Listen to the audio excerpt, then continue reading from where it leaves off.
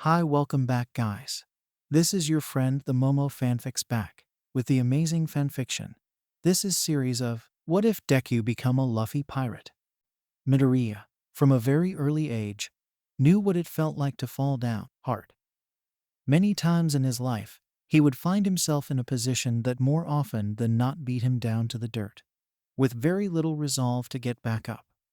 From that day, Kachan spurned away his friendship. Midoriya found himself falling down a lot.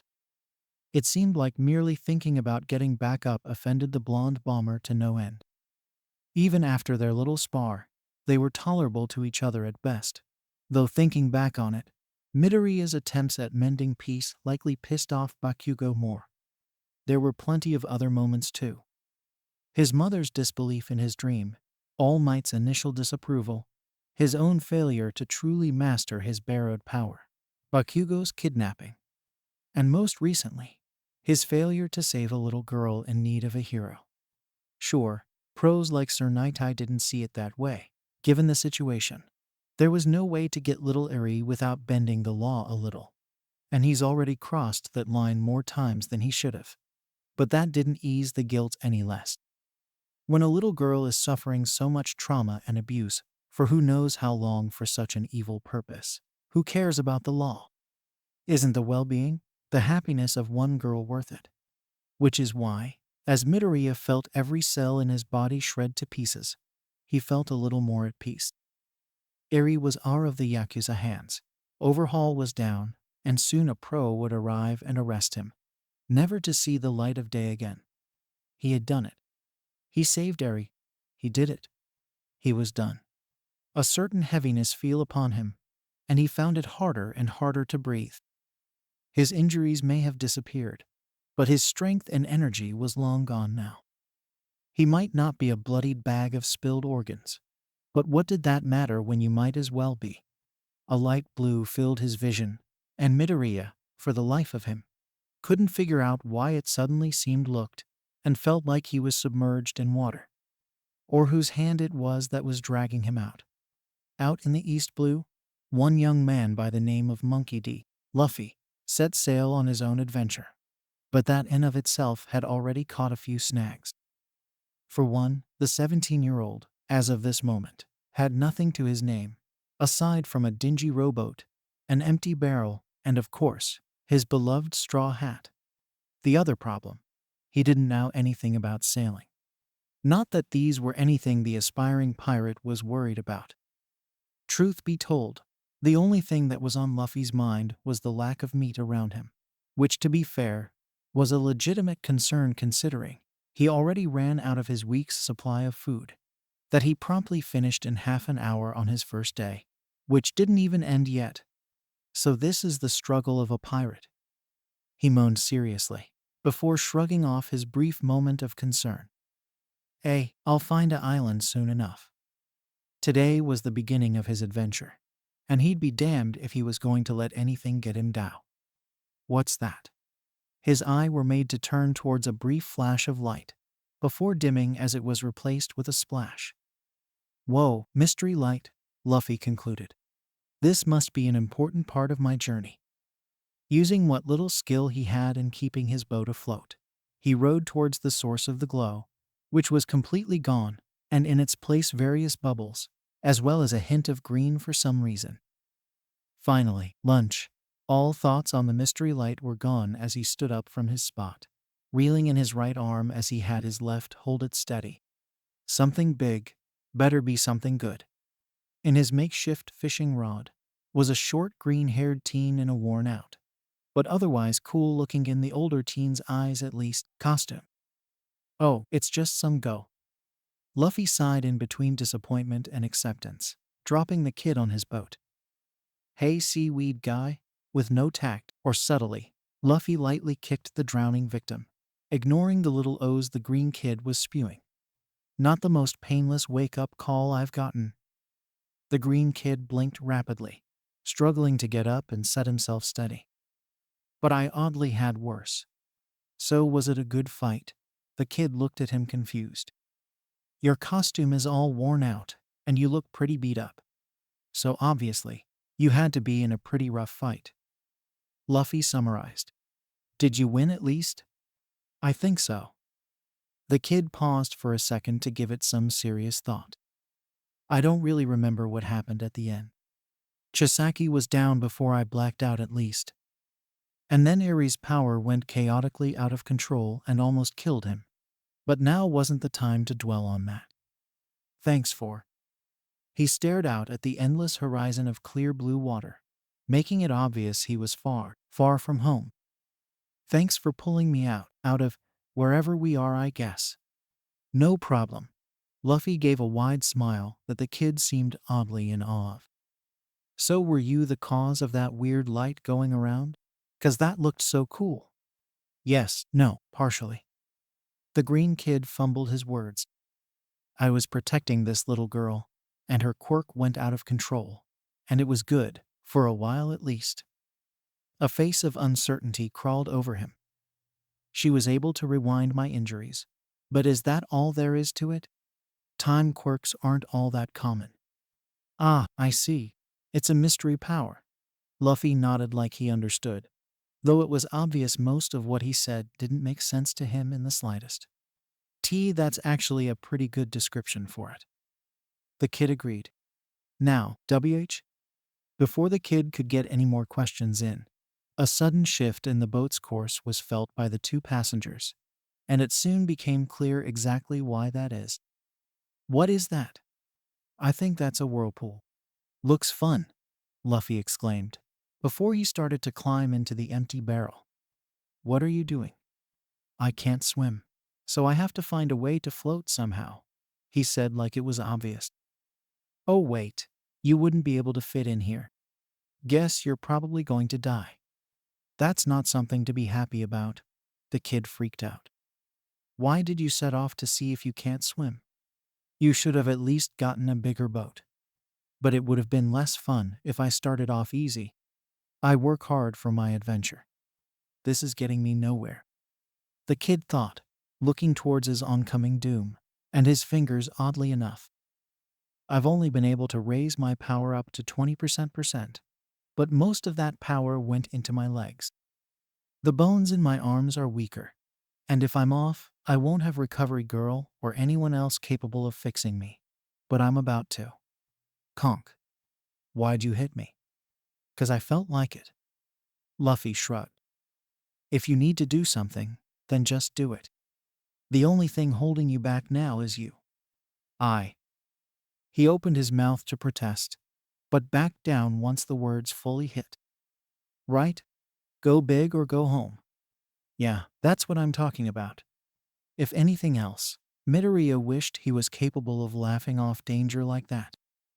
Giving the most determined look he could summon, the aspiring hero kept his hands aimed at the space between the boat and the whirlpool. I'll just give it 2 fingers. Too much power, and I'll force us into the water. A green static surrounded his body, making the lankier of the two look with widened eyes. Dilware smash. 2 huge waves were suddenly formed from the short, but powerful gusts of wind. The two found themselves flying to the side in their dingy vessel, but otherwise they were fine and as safe as they could been. Midoriya reeled in his arms, flinching at the stinging sensation in his fingers. 15% seems to be my comfort zone, and 20 is my limit. Gotta think of a few finger exercises if I'm going master my long-range attacks. You alright? That was awesome. Luffy cried out with starry eyes that Izuku only ever saw on the faces of superfans for the likes of All Might and Endeavor. So this was a point of pride for the green lad. You did all that with just your fingers. Well, yeah, Izuku blushed. For all the progress he's made in his short time at UA, praise and approval still seemed to be a foreign concept to the lad. If I focus my quirk and bring it to a high enough percentage, I can create gusts of wind. Luffy wasn't paying attention, which Midoriya wouldn't have minded too much if his face wasn't getting so up close and personal. Join my crew. Wow. I saved you from drowning, and you saved me from drowning. That means we work super well with each other. And you're super strong, and got that weird lightning bouncing all over you. so you'll be able to keep up with me. I'm still lost here. What exactly are you offering? Midoriya sat back down. And, I just realized we don't know each other's names. Right. We need to know each other's names if we're going to be friends. Huh? I'm Monkey D. Luffy, the man who'll become king of the pirates. Join my crew. Nothing made the hero in training's mind more numb than this very moment. Not even All Might's rather abrupt offering of his quirk shut his brain off than the older teen's chipper offering. Although the more he thought about it, the teen, apparently named Luffy, made it sound more like an order than anything else. Okay, I'm Izuku Midoriya, the green lad said first, having a feeling that his life was going to be more complicated from now on. And, thanks wait a moment. Did you just say pirate? Yep. As his outlaws sailing the seas. Uh-huh. Raising a Jolly Roger, peg leg, eye patch wearing pirates. That sounds about right. The first thing Midoriya wanted to say was that this guy was crazy and probably spent a lot of time alone by himself. Although if that was the case, then he had no right to call him out on it given his own lack of social development. But maybe it was the chipper tone, the wide as All Might smile. Or was he thought was a small concussion forming? But nothing in this guy's voice indicated some sort of joking matter. For some reason, Midoriya took Luffy's words seriously, as serious as he was about his own conviction to be a hero. But this couldn't be right. Whether he meant pirate in the more pop culture, thrill-seeker sense, or the more realistic bloody, scum of the earth, outright villain variety, the fact that he used the term pirate didn't really add up. Getting a good look at the teen's clothes, he didn't scream anything malicious, but he also didn't really STND out either. In fact, next to him in his old school, he might have been more plain-looking than he was. The only thing sticking out would be the small scar under his eye and the old straw hat that hung over his head. But the older boy sounded so sure, so cheerful in his declaration, like almost any child before they became teenagers. Normal, the boy would have been shocked and flustered at the idea of anybody finding him exceptional at anything, let alone worthy enough to join a group and/or club. But Midoriya had grown up just enough to try and absorb the declaration at face value. Won't that mean I'd be a criminal? Pretty much. Oh boy. Looked like nothing really fazed this guy. Look, I'm flattered and all, but I got to. Oh boy, we're saved. Luffy's attention turned to the Grand, a clean cruiser that was just before them. Another ship means food. Come on, let's get going. Wait, hold on. Before Midoriya could protest, Luffy grabbed on to the collar of his shirt and stretched out his arm to the other ship. Wah! Gum gum rocket, soon. Both figures were sent flying to the ship's deck, promptly crashing into a wall, which for Midoriya was slightly less painful due to landing on Luffy's surprisingly squishy body. Woo-hoo! I actually made it that time. Why doesn't that surprise me? Izuku muttered sarcastically as he picked himself up, almost forgetting the millions of questions that were going through his head at the moment. Wait, how did we get here? Is long arms you power? No way, that's just silly. Luffy laughed with a shishishishi. I'm a rubber man. A rubber man? So your whole body is made out of rubber. That sounds amazing. I know, right? Ace always says it was useless. But I'm super strong. As Midoriya continued to ponder the million applications that could be accomplished with such an ability, he didn't have time to notice the small, pink ship that was sailing right beside the cruise ship, or the commotion that was being caused by the invading pirate. His attention was completely set on Luffy that he hardly bothered to notice his apparent new friend was trying to lead his way to the kitchen. Finally, we made it. Luffy noticed a door and proceeded to kick it open with all the might of a baby rhino. Where's the meat? Luffy, you can't just bust open the kitchen door. Somebody could have been. He noticed 3 other occupants in the kitchen, their eye wide and their jaws somehow managing to reach all the way to the ground. Midoriya briefly assumed they must have had a quirk similar to Luffy. A fourth occupant was on the far side of the kitchen, unconscious, with the door laying right on top of him. "Is it too late for sorry, monster?" the other screamed, the loudest being the small, pink-haired kid. "I thought Alvida was taking care of the passengers," one of the others says. "What are you doing here?" "I got hungry." Luffy, seemingly unaware that his life was probably on the line, went to the table and began munching on the various foods that were laid out. "Not much meat, but I'll take what I can get." Midoriya couldn't find it in himself to rationalize anything that was going on, half because of his exhaustion, the other half being Luffy's ignorance. All he could focus on was the timid older gentlemen that were slowly making their way towards the red-shirted lad, with both their swords held up high. "You damn brat," they yelled, raising their swords high. "This is a pirate raid, and the first rule is anyone who fails to comply dies." Charging at Luffy, they swung down, the red-shirted teen's only reaction being a small raising of his own arm, as if it were a shield. "Looku!" Smack. The swords upon impact broke in an instant. Everyone in the room was in complete disbelief, worry, or both, as Luffy simply shrugged as if it were nothing. "That's not nice." "Who are you?" "I'm Monkey D. Luffy," he responded, taking their question and responding without any sense of sarcasm. "Nice to meet you." Either those swords were extremely dull, or the elasticity of his body gives him thicker skin. Either way, he knows how to use his strengths. Midoriya mused, feeling more and more admiration for the teen, as the others dragged away their unconscious crewmate out of the kitchen as fast as they could, struggling to prevent themselves from tripping over out of fear. Should we try to stop them?" "Nah, those guys were weak. They won't try to bother us again," Luffy blurted, his attention now turning to the pink-haired kid with glasses who was shivering. "So were you with those guys?"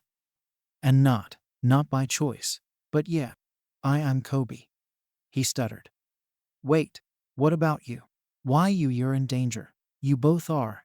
He grabbed Luffy by the arm and attempted to drag him out. "I'm grateful you got rid of those guys, but you have to leave now. If you don't go, Alvida will come after you." "Who's Alvida?" a question both Midoriya and Luffy shared. "Only one of the scariest pirate captains to set sail on the East Blue." Luffy slowly nodded his head at this information, while Izuku thought it best to not say anything. More mentions of pirates and a place called the East Blue, concepts that to him were either out of date or non-existent. So either he was doing worse in school history than he realized, or there was something more here that he wasn't getting. "One hit from her iron club, and you're done for."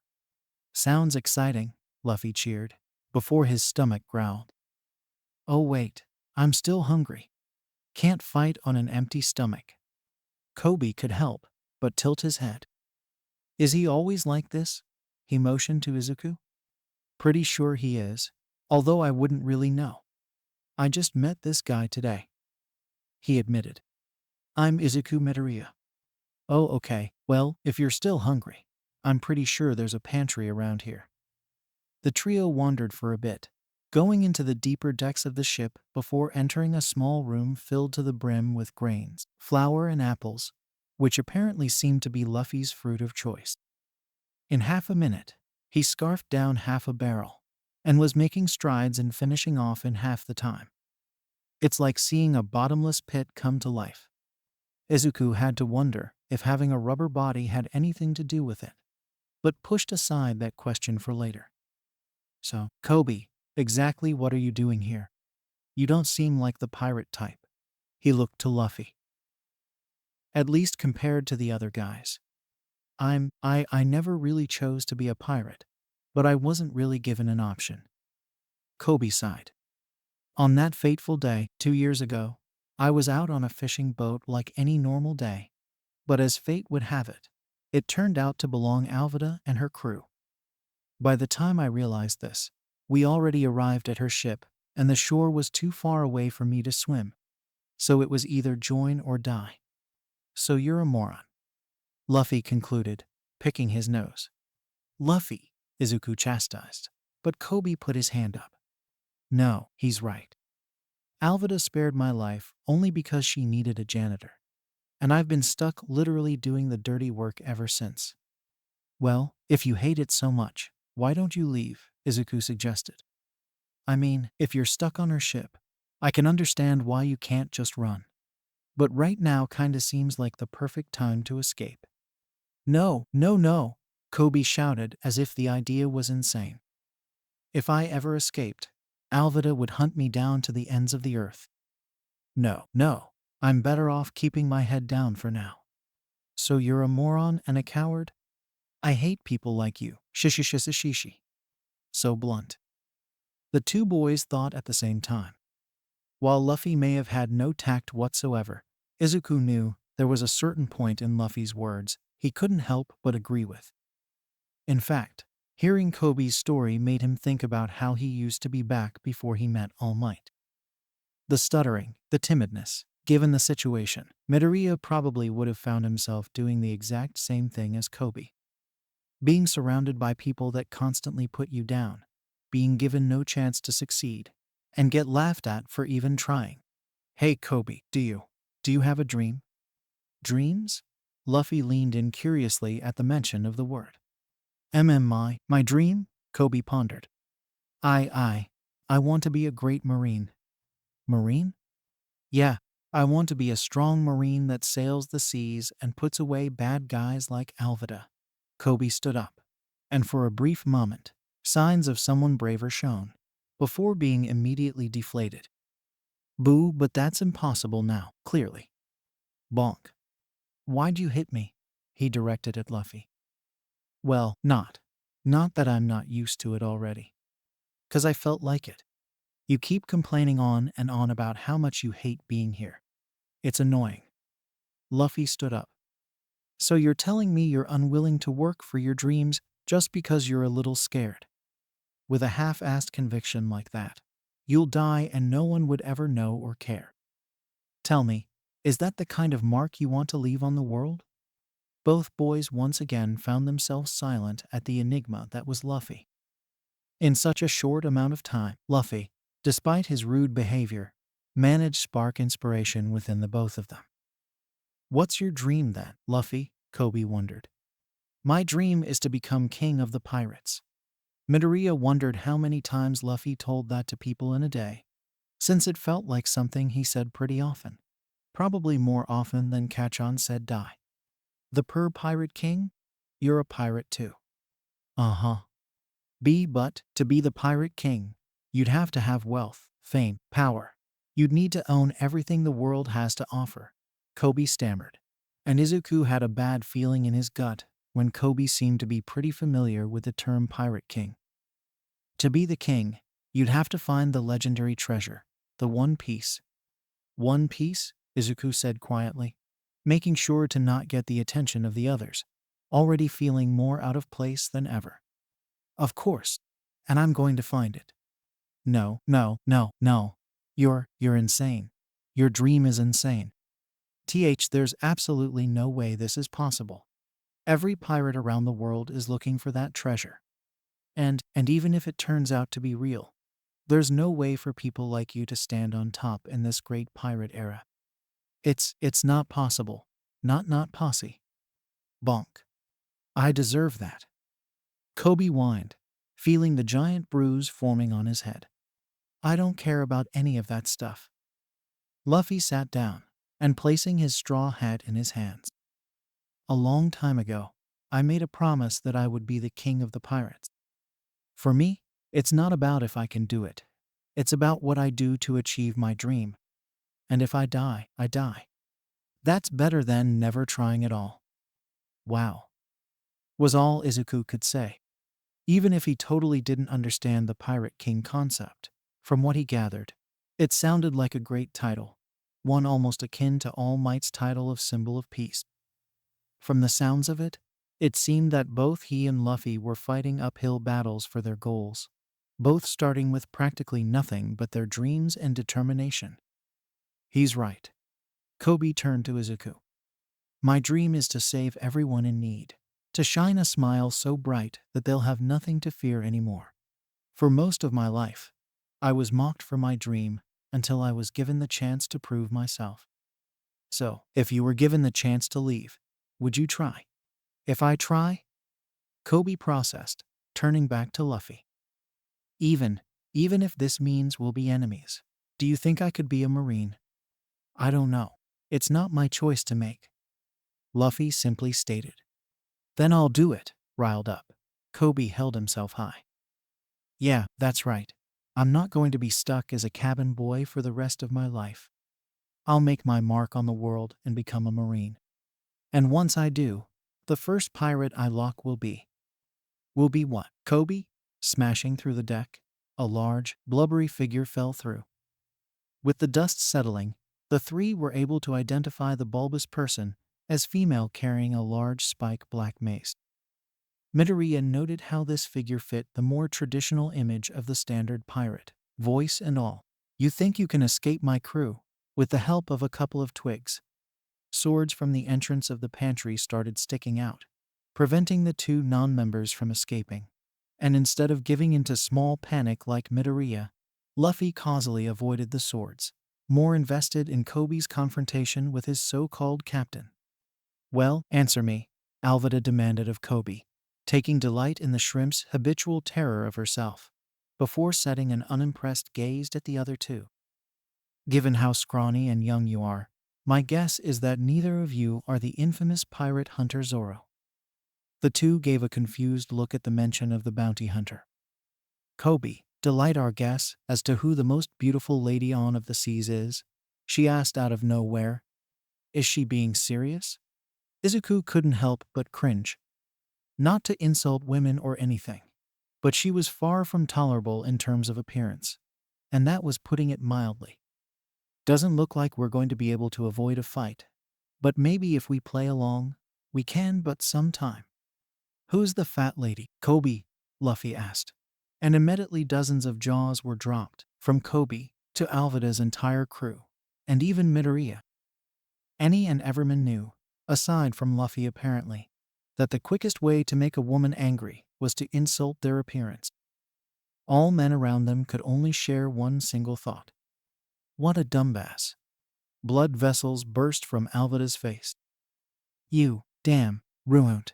She hoisted up her mace and slammed it down where Luffy stood. Unfortunately for her, the lanky lad happened to possess sharp senses and quick reflexes. Oh well, time to go.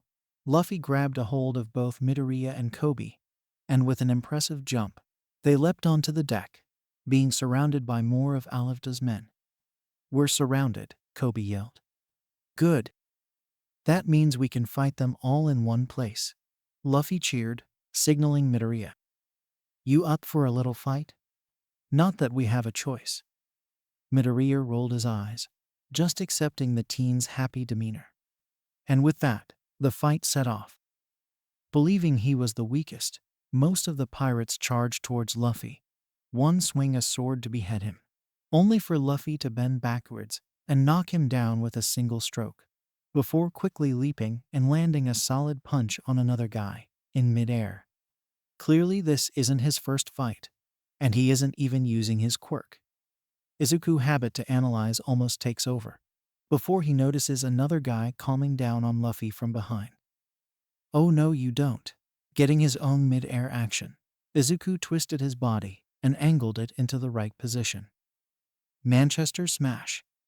The foot landed solidly into the man's stomach, before being launched like a cannon into his crewmates. No fighting behind the back. You're strong too? Kobe screamed. How'd why you do that? That was just my quirk? He asked more so than told, not sure why that would be confusing. You're what now? Hey, it isn't fair to gang up on a guy either, Luffy yelled out, and the two saw that indeed, Luffy was being chased down the deck with a horde of pirate on his tail. Give me a second, he grabbed onto a random pole, but still chose to run as his arms stretched out more and more. The silly and uncanny sight of such a ludicrous act hit the pirates so hard that they had no other choice but to stare in shock. Ha, gotcha. Figuring out what he had in mind, the pirates tried to run, but the effort was fruitless once Luffy stopped resisting his arm's pull. Gum gum rocket. And like a bowling ball, the pirates were mowed over easily with a single shred of sweat. What are you? Kobe asked with a ghost of a whisper. I'm a rubber man. Rubber, you say? Alvida turned up from behind them, now with a more interested but menacing glare. I take it that you ate of the devil fruits. Yeah, I ate the gum gum fruit. Devil fruits? Midoriya paled. The idea of quirks coming from fruits of all things seemed so silly. Yet two of the people here talked about it, as if it were a sure thing. The fact that Kobe seemed confused by his mention of a quirk made him worry more. His head was now starting to form a theory that was starting to sound a lot less theoretical as time went on. I have only heard rumors that they existed, but I've never seen one myself, or any evidence that proved them real. Coupled with your fighting prowess, you seem more skilled than the average deck swapper. Tell me, are you a bounty hunter? No way, I'm a pirate. A pirate? Alone on these waters? Hey, I'm not alone, I have Izuku here. He pointed to Midoriya. I met him today, and now he's my first mate. An idea we still haven't talked about yet, Izuku clarified, although at this point, it didn't seem like it was worth fight over. One measly crewmate? Alvida scoffed. That's just today. Tomorrow, I'll find the rest. Or next week. I'm thinking about 10 guys. Maybe 12. Or 13. Max 13. But not a man more. So I'm guessing whatever success you've had so far was due to dumb luck. Alvida concluded. Tell me something, brat. We're both pirate that don't sail under the same flag. That would make us enemies now, wouldn't it? Luffy, Izuku, we need to head out of here now, Kobe pleaded. We can't win against her iron mace. In all the villainy in the East Blue, she is by far. A sudden hesitation came over the kid, remembering back what the two older boys told him earlier. A long time ago, I made a promise that I would be the king of the pirates. For me, it's not about if I can do it. It's about what I do to achieve my dream. And if I die, I die. That's better than never trying at all. My dream is to save everyone in need, to shine a smile so bright that they'll have nothing to fear anymore. For most of my life, I was mocked for my dream until I was given the chance to prove myself. So, if you were given the chance to leave, would you try? Well, Kobe, Alvida interrupted, still thinking she had the chicken under her thumb. By far what? Kobe stopped himself from shaking and took in a big, probably last breath. By far the fattest, ugliest piece of crap the world has ever known. What? You heard me. Oregon, are your ears too full of blubber to understand? Kobe ranted off, while his former crew all started to write an obituary for the brat that clearly went insane after 2 years of slavery.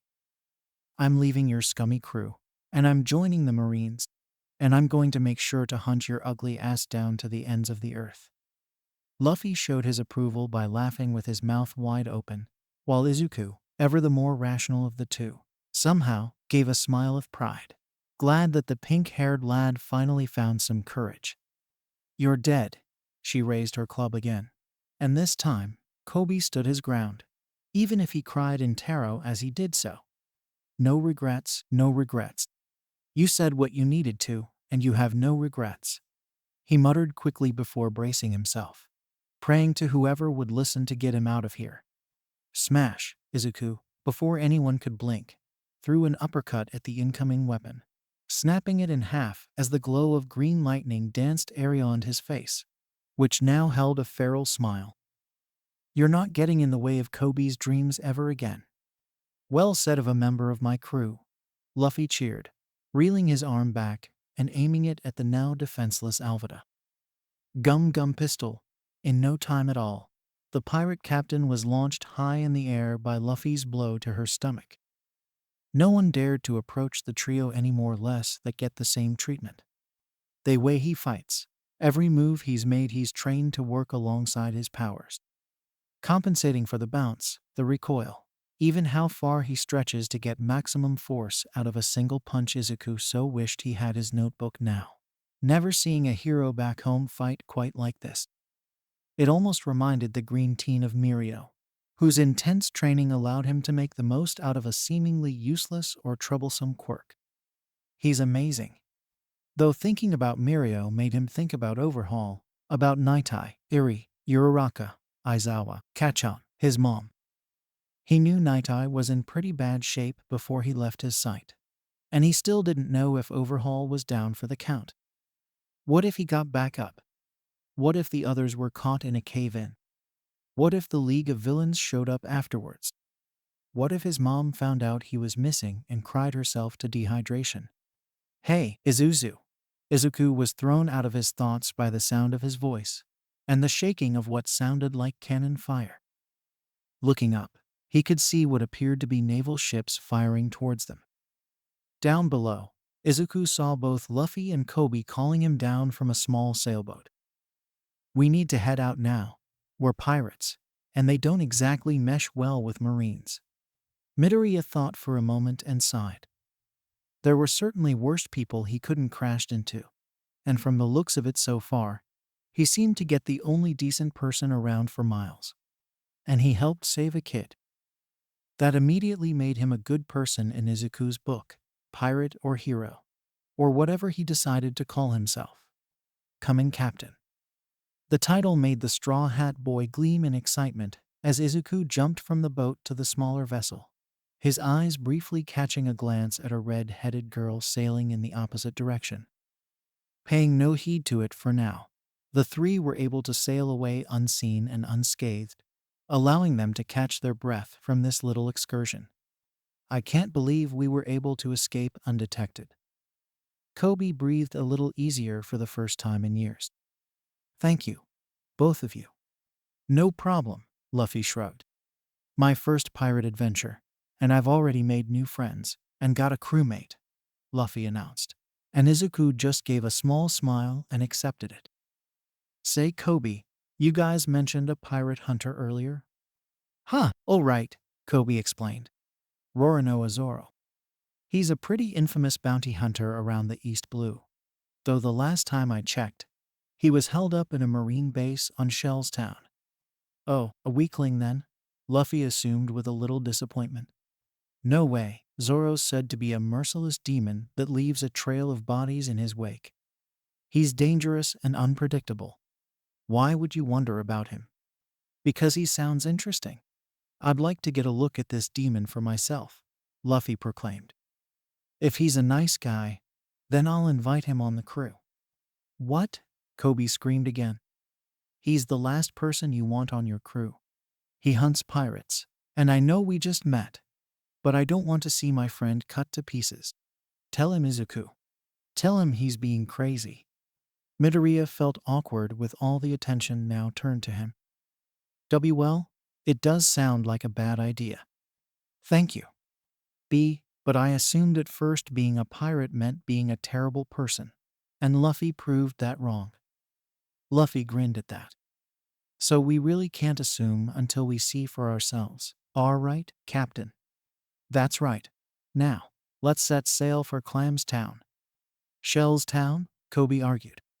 And even if you get him to agree, there's no way you can trust him. He hunts pirates. So do Marines, but I trust you. That's different. You can't. It's just not possible. Bonk. Why'd you hit me?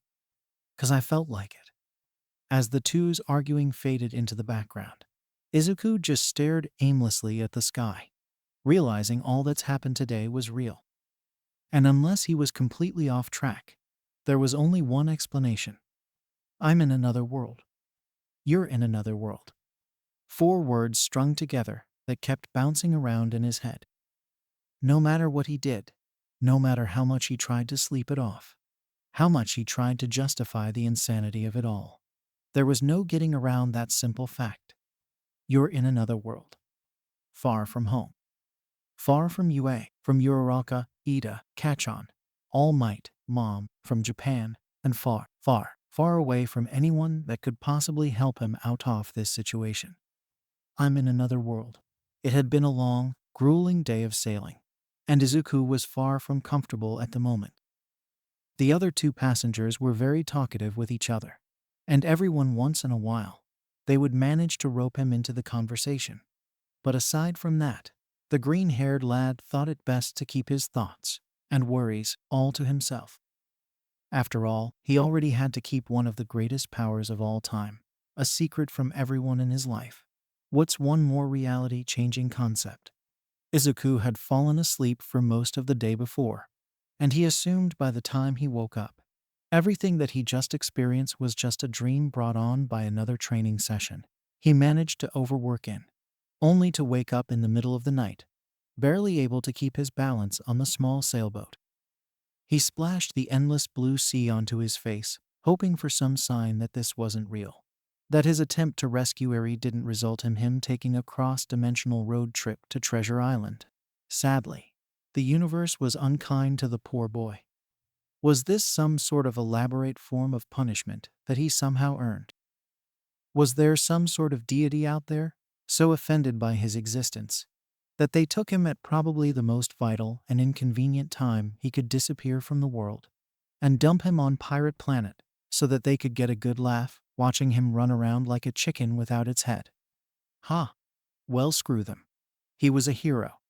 He's been trained for the past half-year preparing for the unpredictable.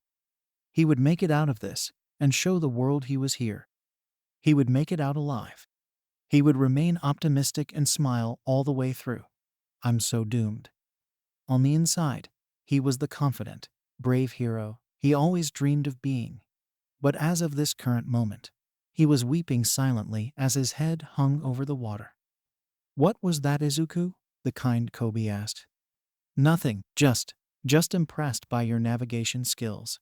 That's all. He quickly excused, wiping the tears out of his eyes before either of them could see him in such a pathetic state. I wouldn't know the first thing about getting across a stream, let alone an entire ocean. I know, right? Luffy laid back casually, sounding a bit more proud of his admission than regretful. I mean, it's fun when you come across something you don't expect. But we're actually heading towards where we're supposed to go. Yes, that's what any sailor, pirate or not, does. Kobe rubbed his eyes. He was grateful for his two rescuers for getting him out of that hell. But their ignorance would kill them faster than any pirate would if he wasn't around. Honestly, Luffy, this isn't even the complicated part of navigation. It's just the basics I gathered in my own time. Have you never been out to sea before? Not really, he said honestly, making Kobe frown more. He was honest. He'd give him that. Gramps made me live in the forest of my village for about 10 years. Something about pirates being bad influences and training me for the Marines. He chuckled. But I kept telling him I would be king of the pirates, so it worked out in the end. Not sure how to respond to that bit of information, Kobe chose to keep his mouth shut and question Luffy's sanity later. What about you, Izuku? You said you met Luffy yesterday. So what were you doing in the middle of the sea if you weren't planning on becoming a pirate? What I was doing, Izuku struggled internally. Crap, he was so busy wallowing in self-pity that he forgot to actually think of a believable backstory. There's no way they would believe him if he told them the truth. In fact, given that pirates were a thing, they probably wouldn't be able to comprehend the concept, no matter how hard he'd tried to simplify it. He already hated lying for the most part, which was even worse considering he was a terrible liar. I was in a fight, trying to help someone. Okay, not a lie. Good start. Don't say anything specific, and he might just make it through this without being tossed into the loony bin. Oh yeah, you said something helping a little girl. Luffy remembered, only half paying attention to the conversation as he gazed at clouds, particularly the ones that were shaped like meat. Then the mystery light came, and you started drowning like an idiot. He giggled without remorse. Right? That pretty much sums it up. Izuku slumped, not sure if his captain's jokes were fun teasing or not. After that flash of light, I fell right in front of Luffy. I'm not exactly sure where I am or how I got here, to be totally honest. I've never actually heard the term East Blue until today. Really, that's strange. Kobe peeked in curiosity. I can't think of too many islands that are that remote from the world government. Are you from a separate nation, entirely like the Wano Kingdom or something? Or something, Izuku quickly admitted, holding in his confusion at hearing the name Wano. This entire world sounded big and complicated, and from the bits of conversation he had picked up from the entire trip, it seemed to be mostly made up of ocean. So he'd probably should get used to seeing nothing but blue water for the long run. This is hopeless. No, it's not, Luffy screamed, getting up close. If there was a way here, then there's a way back, right? A childish way of thinking. But who was he to refuse? He needed something optimistic about this situation. I think so. And I'm traveling the entire world in order to become the Pirate King. Once again, he yelled out that title like it was a fact, and not the ramblings of a loud lunatic. So if we travel around the world, we'll eventually bump into your home, right? That doesn't sound wrong. Except it did for a 100 reasons he couldn't explain at the moment. The prime problem being he's from another universe. So if you sail on the cruise of the future Pirate King, then you're guaranteed to make it back home. Because I swear to help you no matter what. He stuck out his hand. Well, what are you waiting for? I'm making a promise, silly. Luffy gave his signature D-shaped grin. A promise between pirates is sacred, especially between a captain and his nakama. Izuku still looked a bit weary. He already accepted Luffy's offer to be in his crew not too long ago, and he was already talking like they've known each other for years for them to take such a vow. I promise to help you with your dream, and to get you back home no matter the cost. A silent calm came over, and Izuku ignored all outside forces, forgetting about Kobe, about the ocean around them, even forgetting exactly which world he was in, because in the green teen's mind right now, there was only him and Luffy. Izuku, by all means, was not reassured with Luffy's words. To anyone else, he would have chalked it up to the overzealous wailings of a kid in need to wake up. The straw-hatted boy prided himself as a pirate as much as Kirishima prided himself in manliness, to the point where they acquainted it to situations that most likely didn't apply at all. But, like Izuku's red-headed friend, there was that distinct impression that they said it in complete earnest, even if it made them look pretty foolish. And Izuku found himself strangely drawn to it. It reminded him almost of the stain, not the bloody serial killer part, but the sheer conviction he let bleed out of him. Even if the methods he used were utterly repulsive, you respected how strongly he held to his beliefs. Granted, again, Luffy never said what exactly his beliefs were, other than being a pirate because he made a promise to follow his dream. It was a naive way of thinking, a way that just spelled trouble, more trouble than it was probably worth. But maybe that simple way of thinking was what made it so appealing. After all, so many of his friends were training to become heroes due to promises they've made to others and to themselves. Who was he to deny a man's dream? He personally knew how painful it was for a dream to go on denied and unfulfilled. Besides, Luffy's offer, when he thought about it, did have some merit. This was a whole new world. An entire world where superpowers came from fruits, which somehow was a way more detailed explanation than the origins for quirks. If this world could have such a supernatural development, who was he to say there couldn't some magic portal or a devil fruit that could transport him across dimensions? Yes, that might be wishful thinking, but it wasn't like he could do anything else at the moment. He'd rather be with someone as inexperienced as Luffy than try to figure out this world on his own. Finally getting his thoughts clear for a brief moment, Izuku reached out his arms and shook it, though Luffy took that as permission to shake him arms so rapidly that he swore his arm disappeared for a solid 3 seconds. There, now our bond is cemented. Nothing can ever break it. Thanks. Izuku slowly replied with a small smile.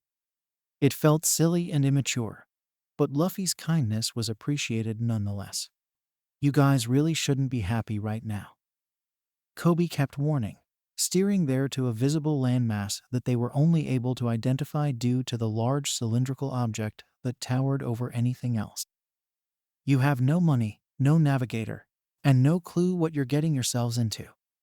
We should probably just turn around and forget about recruiting anybody. What's another 2 days out on the water? But didn't you say this was a marine-based city? Izuku spoke up. Listening to Kobe's story, he was quickly able to summarize the Marines essentially fulfilled the role of law enforcement around this world, which made sense if the world was mostly covered in water, if Izuku assumed correctly.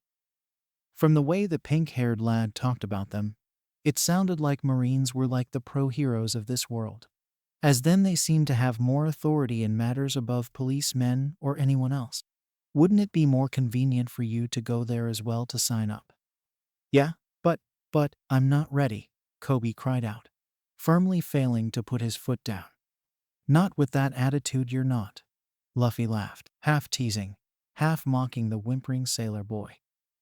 But either way, I've already decided to take a look at this Zoro guy. If he's a nice guy, then I'll break him out. He's locked up because he's obviously not a nice guy. You're out of your mind if you think that you can recruit him, Kobe established once more, with several ticks growing across his head. He's been wandering the East Blue, slicing up his victims till they're nothing but bloody gashes lathered on his blades. He's said to be nothing less than a full-blown demon given human form. A demon would make an awesome crewmate. End of story.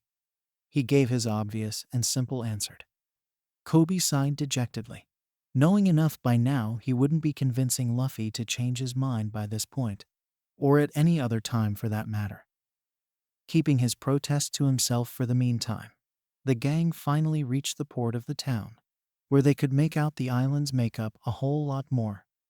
On the surface, it seemed to be an average time filled with average people that went about their day without a care in the world.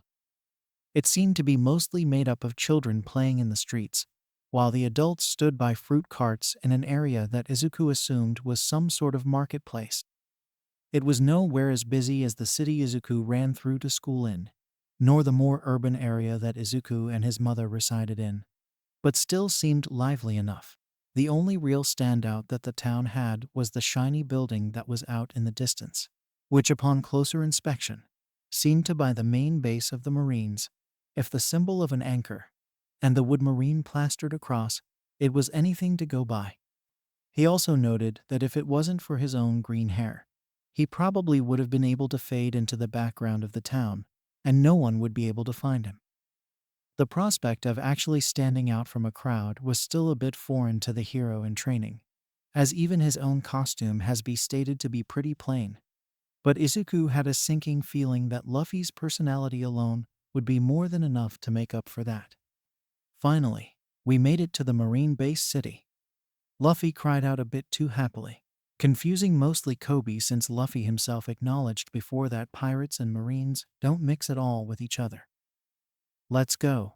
Walking chirpily through town, Luffy oogled all the food being sold as Izuku and Kobe followed right behind him.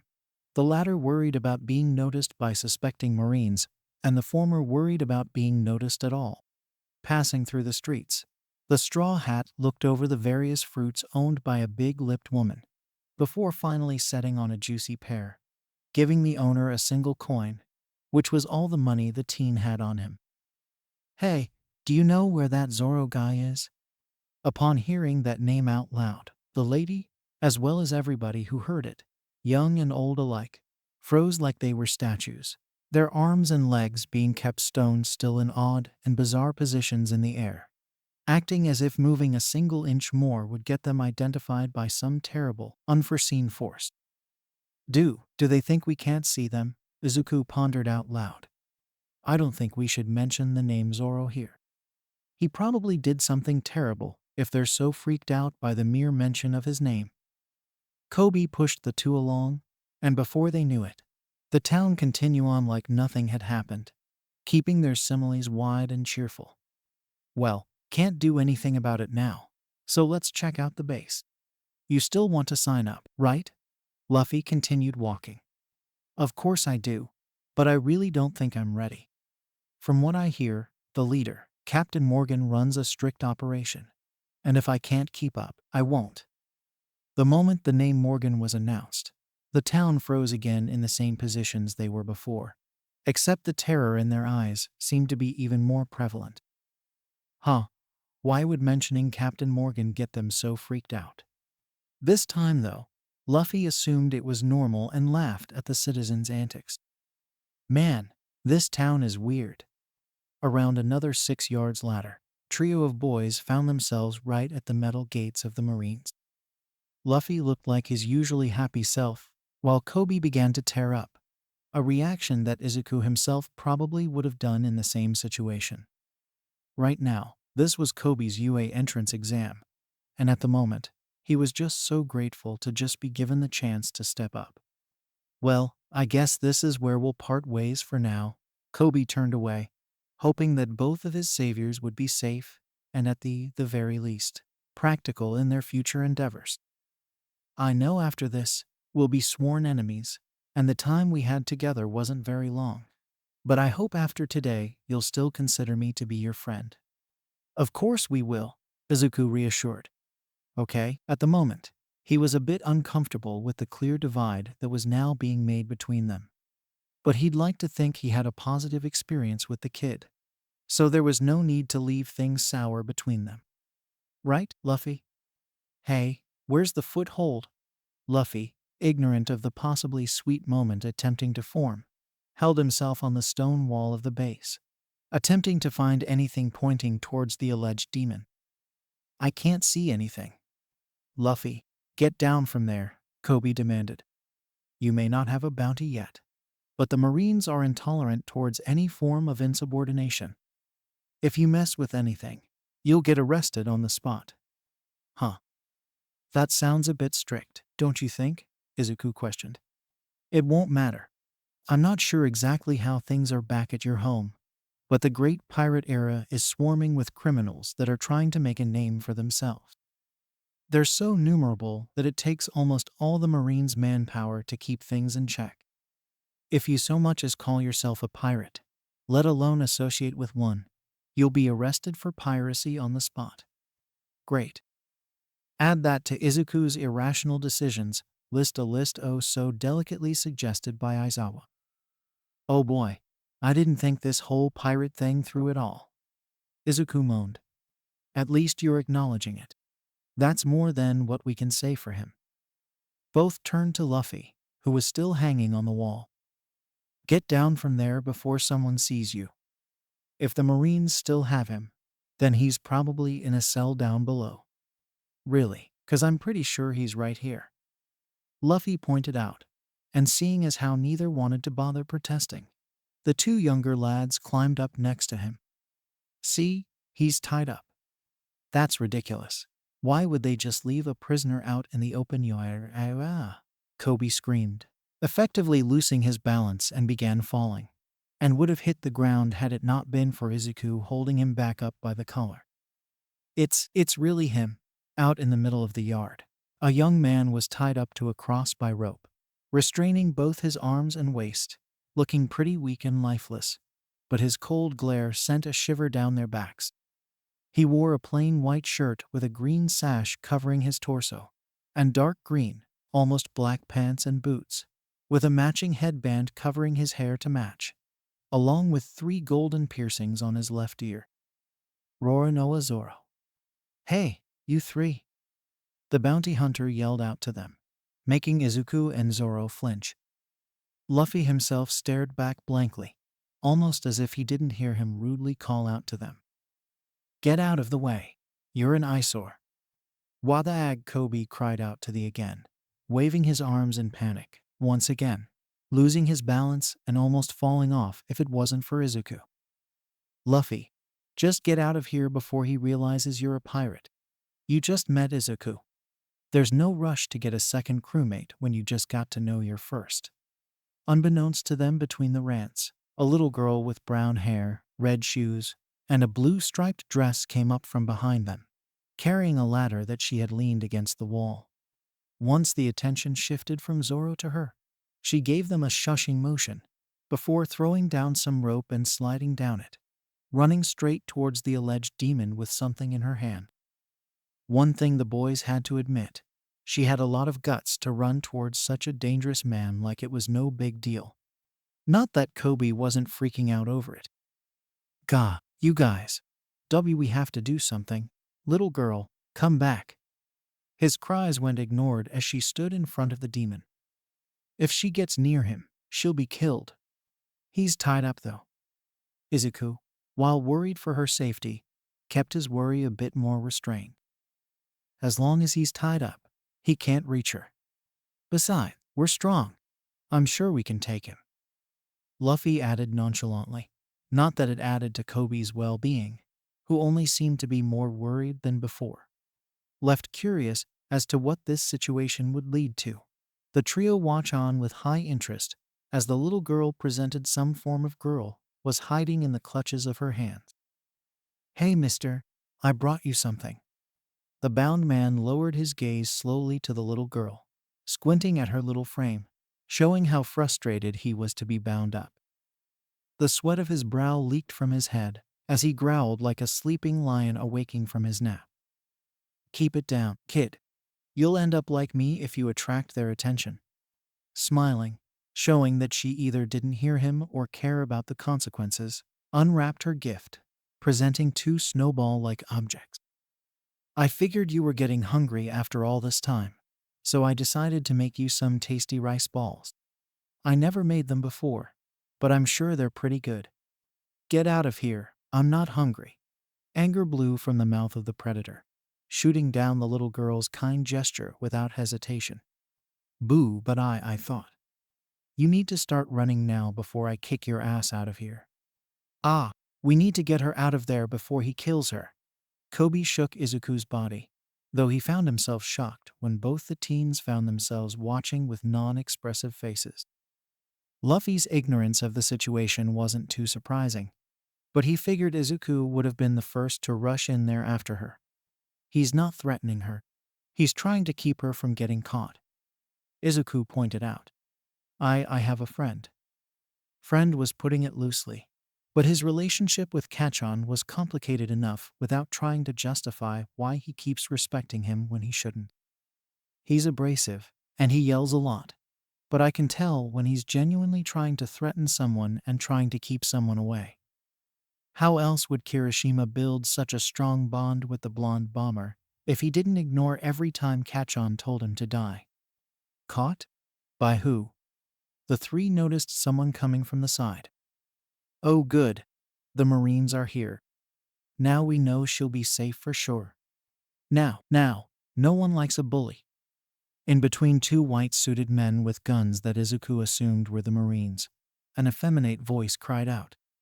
He was a blonde with a bowl haircut, wearing a dark blue suit with a pink collared shirt underneath. The most noticeable feature on him was his chin, which in all honesty looked like he had two balls hanging off of it. His scummy smile was accompanied by his causal swinging of a pistol handgun on his finger. After all this little girl went through all the trouble to make trash like you some tasty rice balls. His rude behavior was followed up by taking a swipe at one of the rice balls for himself. "Hey, those weren't for you," the girl cried, and it only got worse when the man gagged at the treat and spat it out. "Did you use sugar in those things? Salt? You're supposed to use salt, you little idiot." The whiny man snatched away the other rice ball and threw it on the ground for good measure. The three spectators could only watch in disgust, and in Kobe's case, immense disappointment in the people who were supposedly representing the government as a whole. The girl cried and Zoro sent a murderous glance at the whiny man, who thoroughly mixed the snack into the ground. "Ugh, I guess you didn't see the decree. Any and all people caught associating or assisting criminals in any manner shall immediately be executed. Signed, Captain Morgan." "One ad." Zoro, Kobe, and Izuku mentally screamed simultaneously, each one of their brains telling them to get the girl out of there as quickly as possible, all in disbelief in how cruel the law was. Hey, you can't do that. Your beef's with me, not the kid, Zoro defended, though by the look of the whiny man's face, he couldn't have cared less. Oh really? My daddy is Axe Hand Morgan. I can do whatever I want. He turned to the guards with an evil glint in his eyes. Guards, kick her over the wall. What? No, I. Is that insubordination I hear? You know how my daddy treats traitors now, do you? Why, yes, sir, Helmeppo. The guard responded, though it was clear sit was the last thing he wanted to call this guy. I'm sorry about this, he whispered to the little girl as he reluctantly picked her up. Tuck yourself into a ball and your landing won't hurt so much. Kick. Swish. The moment the girl was in the air, Izuku's full cowling activated, and his body, as if it moved on its own, took off in the air and grabbed the child, before landing back down on his feet with a single thud. You okay? Izuku asked, paying no heed to Kobe's shock amazement or Luffy's apparently obliviousness to the situation. The girl nodded sadly, burying her head in his chest. I didn't think I was doing anything wrong. I just wanted to do something nice for him. Are you guys okay? Kobe knelt down to get a better look at them. She doesn't look injured, but it's probably best we get her back home before they change their minds. Kobe looked down on his feet in disgust. The day that was supposed to be the greatest in his life was quickly turning into a nightmare. How could Marines do something this cruel? They act no better than pirates. Scratch that. Luffy was a pirate, and he was 1,000,000 times better than they were. Sorry, see Kobe. I know what it's like for your heroes to not be what you expect.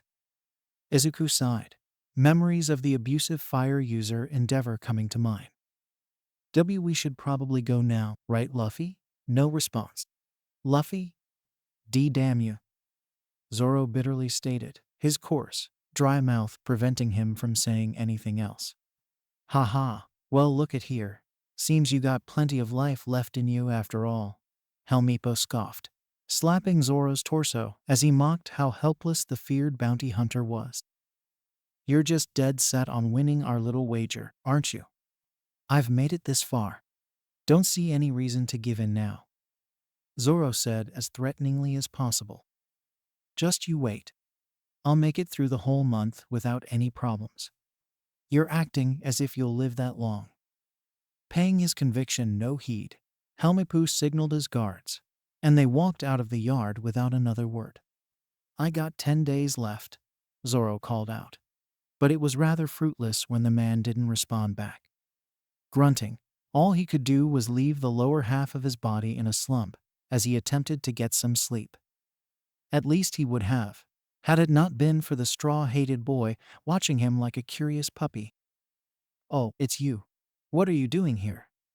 Just confused about what you're doing, Luffy responded neutrally. So, you're supposed to be this strong bad guy everyone's afraid of, yet you let them tie you up for all the world to see. Are you really that weak? Screw you. This is none of your business, so leave me alone. Zoro tried to swat the brat away with his legs, as feeble as it was. Luffy could only watch in mild amusement. Everything about the situation didn't make sense, unless he let the Marines tie him up on purpose. I was just wondering why anyone would put themselves here. I mean, if I were you, I'd probably die after 3 days. That just means I have more spirit than you. Zoro responded coolly, any signs of weakness from the man deteriorating as he gave a smirk that oozed confidence and determination. This right here is my ordeal, and if I die, then that just means this was as far as I was meant to go. Luffy immediately grinned at those words. But I won't. I'll make it to the end of the month. This I swear. Luffy turned around, satisfied at his answered questions. So that was the kind of man Zoro was.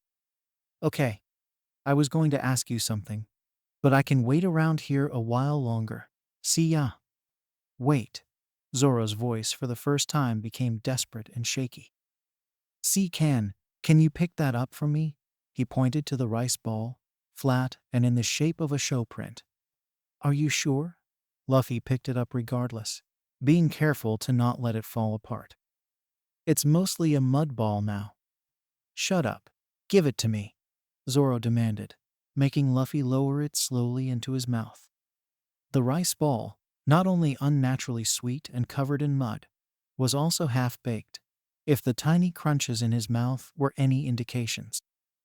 There were a few moments where the bounty hunter looked like he was going to throw up, but every time his did, he closed his lips shut until he was able to slide it down his throat. See, I told you. No, it was good. Zoro defended without hesitation, whether it was to spare the girl's feelings, or he was genuinely satisfied. This small act of kindness made the captain happy. The rice ball was delicious. Please tell her for me. Really? He thought so? The little girl, who the boys learned was named Rika, asked as her wide eyes sparkled.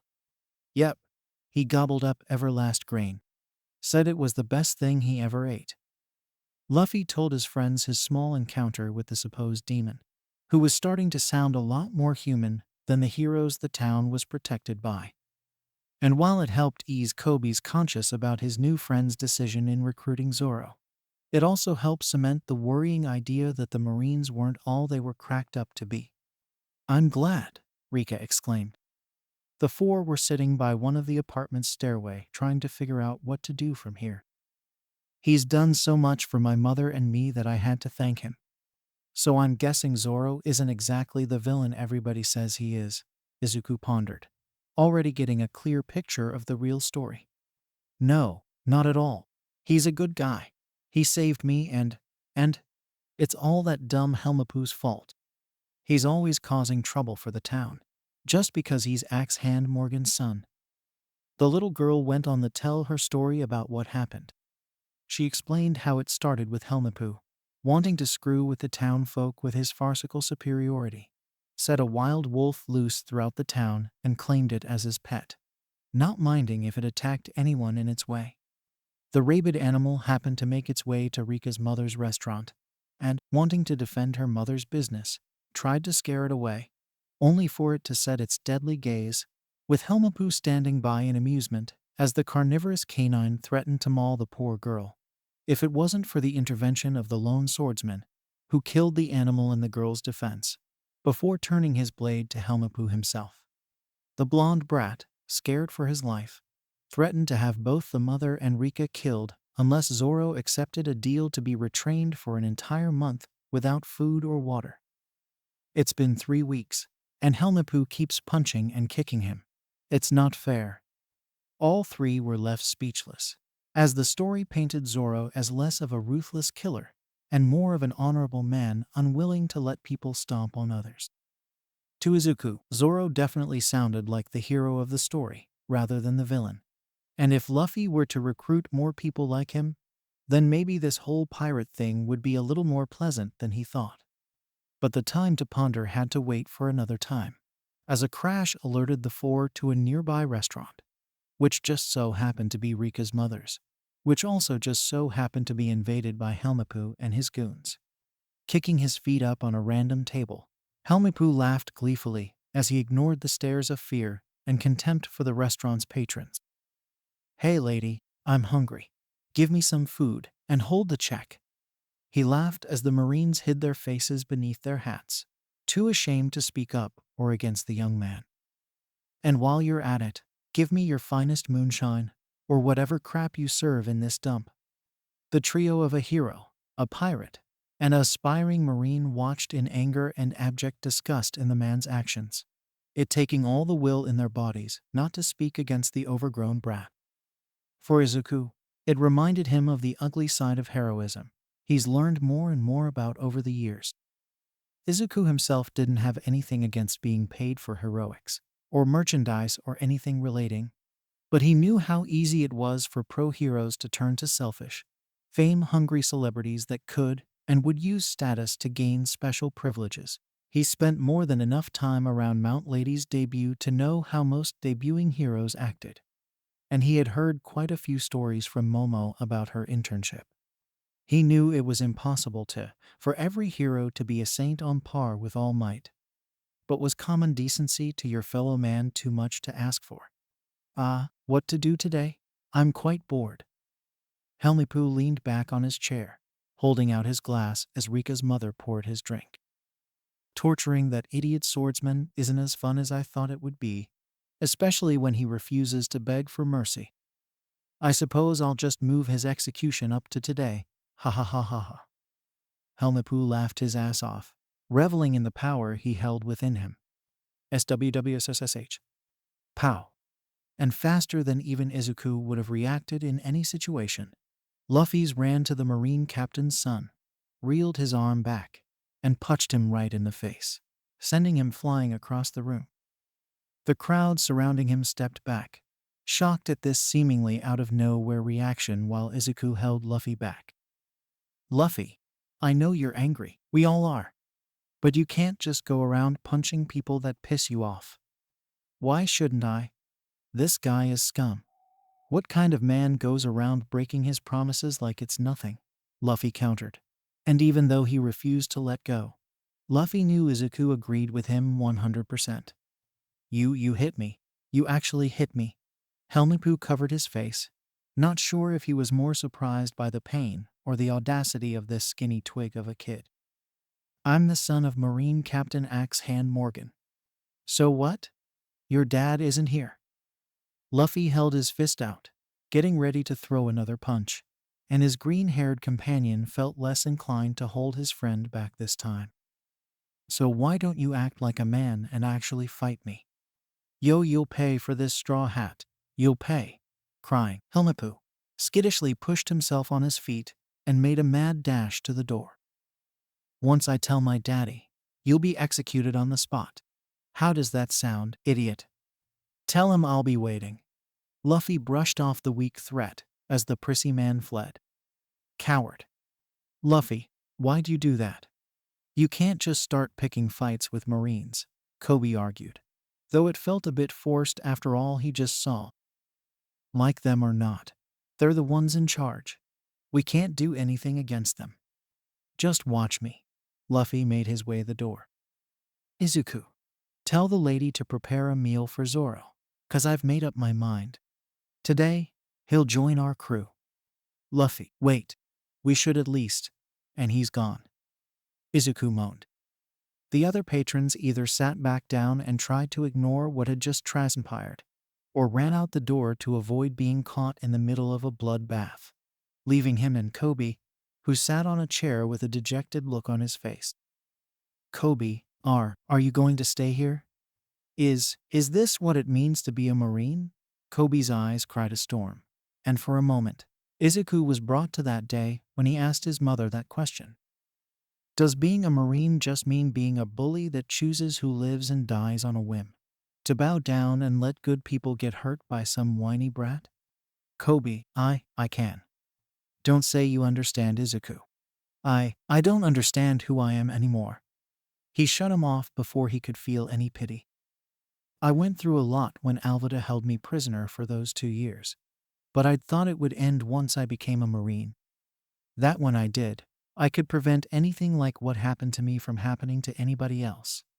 He slammed his fist on the table, ignoring the slight bruising it was causing, and slammed it again. But what's the point of stopping pirates if they act no better than them? Izuku let the boy cry a little longer, waiting for him to get all of it out of his system. Kobe, you remember what I told you about my dream? The boy, wiping away the waterworks, manages to give a small nod in response. Where I come from, people are capable of so many amazing things. Different abilities, different powers and skills that are unique to everyone. They've become so common that fantastical idea of superheroes became reality. Superheroes? Kobe pondered. It definitely explained the weird suit the green teen was wearing. Wait, don't tell me that I'm not a licensed pro, I'm just in training. Izuku explained quickly, catching on to what the pink-haired lad was thinking. And as I was saying, these powers and abilities have become so common that even the term hero tends to be loosely thrown around. In that kind of society, you can't expect everyone to be perfect. So it's the same for you then, huh? But the one thing I've learned is that different people have different reasons to do what they do.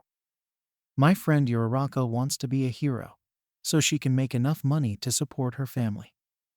Does that sound like a bad person? Of course not. She's trying to help her family. And it's completely different than my reasons. But you wouldn't call her efforts any less noble, would you? Kobe adamantly shook his head. I can't speak for the Marines here or anywhere else. But what I can do is ask this question. What kind of Marine do you want to be? I want to be brave enough to stand up for what's right. Kobe clenched his sweaty palms and breathed heavily. I want to catch and put away bad guys, so that they don't hurt anybody ever again. And I want to make sure everyone is treated fairly without judgment or bias, so that no one can ever get away with this type of abuse or tyranny. I want to lead by example, and prove to the world what a true Marine looks like. Then what are you going to do now? Izuku smiled, pumped by the passion of the young lad. I'm going to free Zoro and help Luffy take down these corrupt bastards. Kobe ran out the door, before scooting backwards in slight embarrassment. Ah, you were going to help me, right? Of course. Good.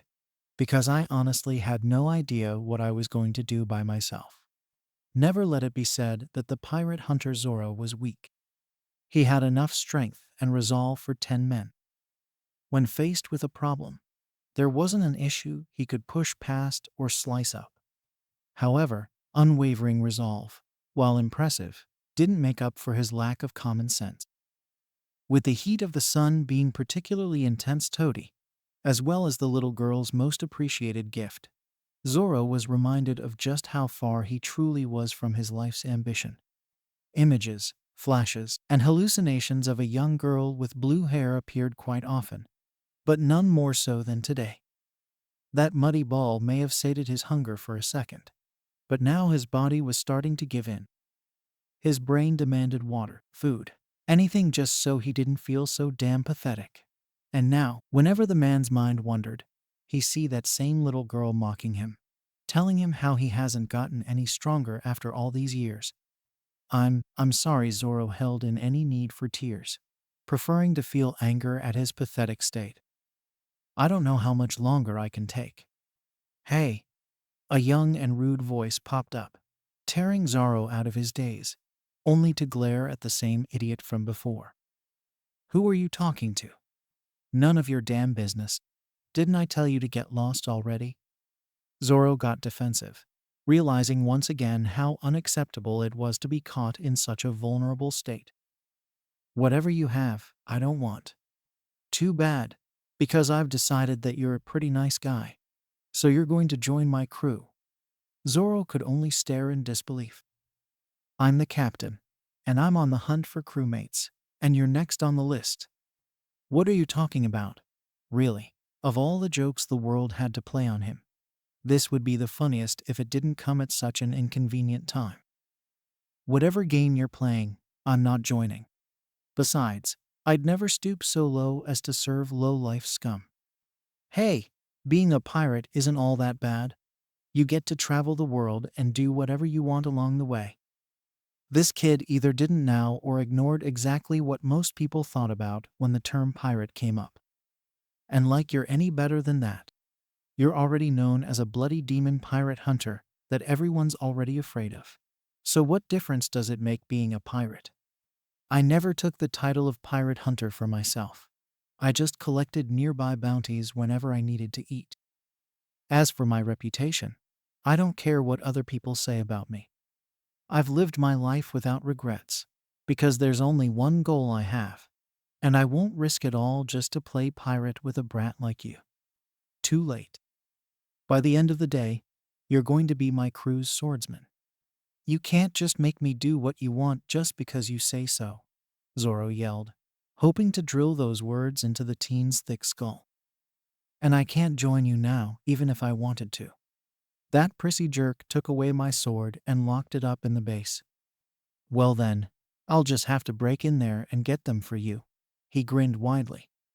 But if you want them back, then you'll have to join my crew. It's not that simple, yelled again, but found himself pausing when Luffy began running like an excited child. Wait, he's actually breaking in on his own. He expected the guy to just be a loud-mouthed brat like Helmepoo. But there seemed to be some degree of seriousness to the teen's words. Hey kid, you're going the wrong way. The base is in the other direction. Oh really? Thanks, Zoro sighed, realizing this kid was as dumb as he sounded. In any case, this might make a funny story once he was freed. Gum gum rocket. The moment Zoro stopped to blink, Luffy was gone in an instant, sling shooting himself across the yard and onto the roof of the base, leaving the exhausted bounty hunter shocked, making him slightly worry for his own mental health if what he saw wasn't real. Although whether or not it was real made him worry either way. At the top of the base, several Marine soldiers were performing a tiresome, yet tedious task, one of many that they've had to carry out within the past few years. In each of their hands was a rope, and as they pulled it, they struggled to life a giant stone statue of a terrifying and horrid man, the very monster that ruled over this town, as well as the one they were forced to obey, lest they suffer by the blade of his axe. Lift men, lift it up, damn it! A angered, authoritative voice roared. He was a large man, with a dark time and blonde hair, and what appeared to be some sort of metal jaw encasing the lower half of his face. The only other defining feature of the behemoth was his left arm, which to the common eye appeared to be misshaped or crippled in some way, only on closer inspection to find an axe surgically inserted in it. I am great. Yes, sir, you are great. The men repeated on instinct, like a dog being told to sit.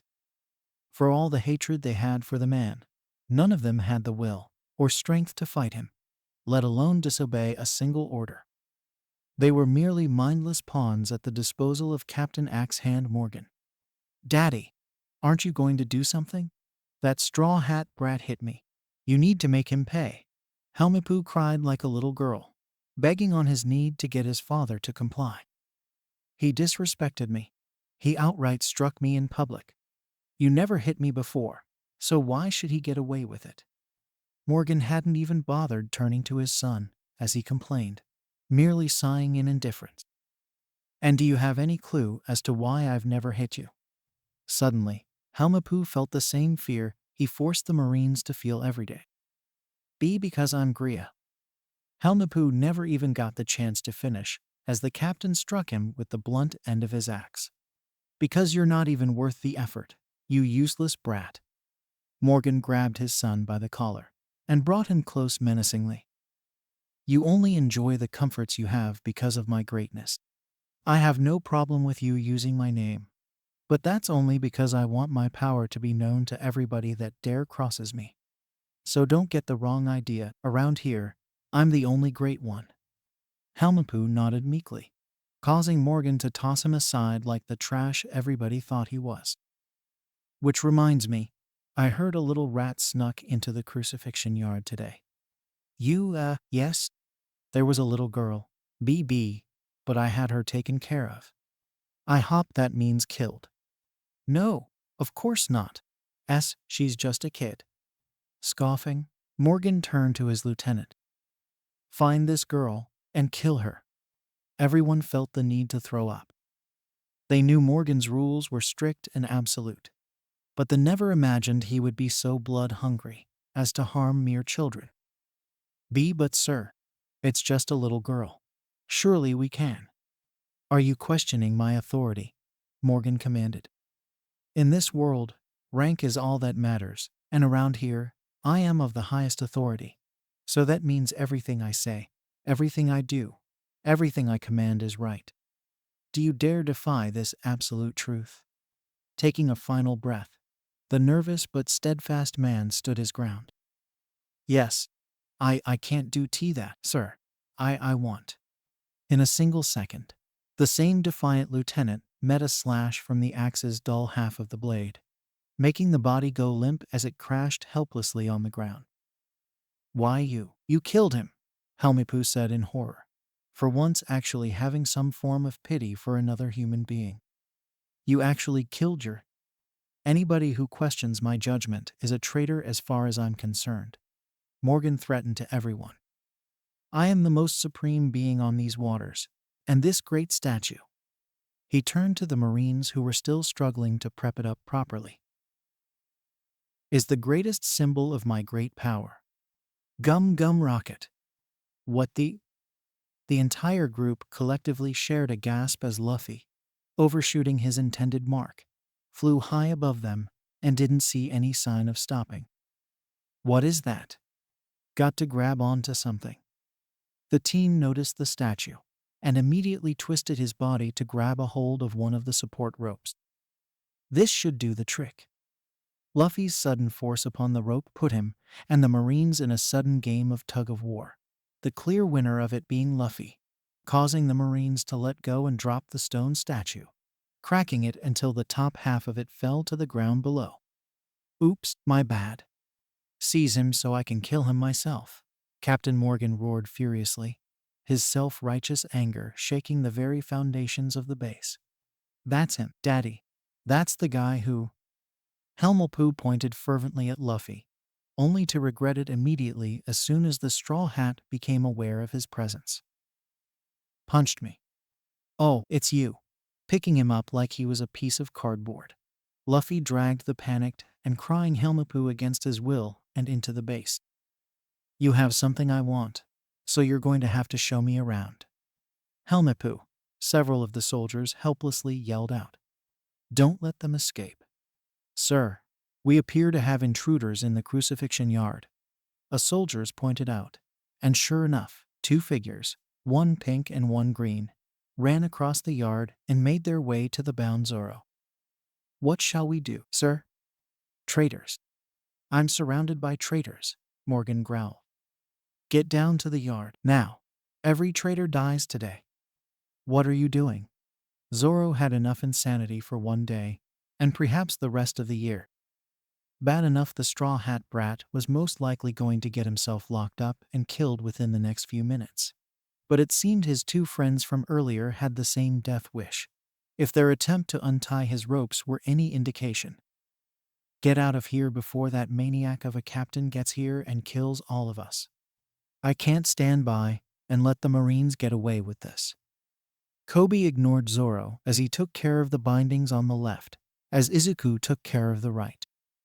"A true Marine needs to be honorable. Kid, I appreciate the help, but I don't need it. I only have 10 days left." "You don't. Your execution just got moved up." Izuku spoke, struggling with the tight and complicated knots. "Helmepoo was going on about it earlier. He had no intention of honoring your agreement with him." Zoro froze, mostly in surprise. As much as he hated the man, he thought the little snot at least had enough dignity to not backstab him, since the bet was entirely his idea to begin with. "Brace yourself. I'm about to tear off the bindings, so you might feel a slight sting." "You're what now?" Before he could clarify, Izuku's full cowling flared up, and in a blink of any eye, the rope, as well as a few splinters, were sent flying in the air, the sudden freedom causing Zoro's arm to go limp, half from its lack of use, the other being Zoro's amazement at the kid's strength. "How'd you?" "When Luffy heard his plan to kill you anyway, he punched him right in the face and became determined to set you free." Kobe continued and Izuku freed Zoro's other arm. "He did. Within the past year during his travels, Zoro knew how rare it was for a genuine helping hand to come up. You never knew exactly who was out to get you, so to find someone willing to stand up for him, let alone a kid that he just met, a kid that he was rather rude to and tried to brush off, was unbelievable to say the least. Luffy will stop at nothing once he puts his mind to it. So that's why I ran in to help you escape. You're both in the same position now." Zoro's feet for the first time in 3 weeks touched the ground, making him lean on the crucifix that not 2 seconds ago was his prison. I'm not going to ask you to join him or become a pirate, but I will ask you to help him. He's causing a lot of trouble for the Marines, so he'll need all the support he can get." Zoro quietly stared, not sure if this wasn't some elaborate illusion or nightmare brought on by one too many days without water or food. He then turned to Izuku, the kid who he saw catch Rika earlier. "What about you? What's your stake in all this?" My captain." Izuku was still getting used to saying that word. "Is deadest on helping you. I can't say that I don't feel the same way he does." Izuku sighed. "Besides, even if he wasn't my captain, I'd still help you. Because whenever I see someone in danger, my body tends to move on its own. You seem like a man who uses his strength for good. It'd be a waste to let you die here." Zoro was taken aback, mostly at the confirmation that the Straw Hat was telling the truth about being a captain. The wide-eyed innocence wasn't something he saw in the pirates he took down, and if he was honest, he doubted that the teen was capable of getting far in the world, a problem that hindered his own chances at achieving his goals.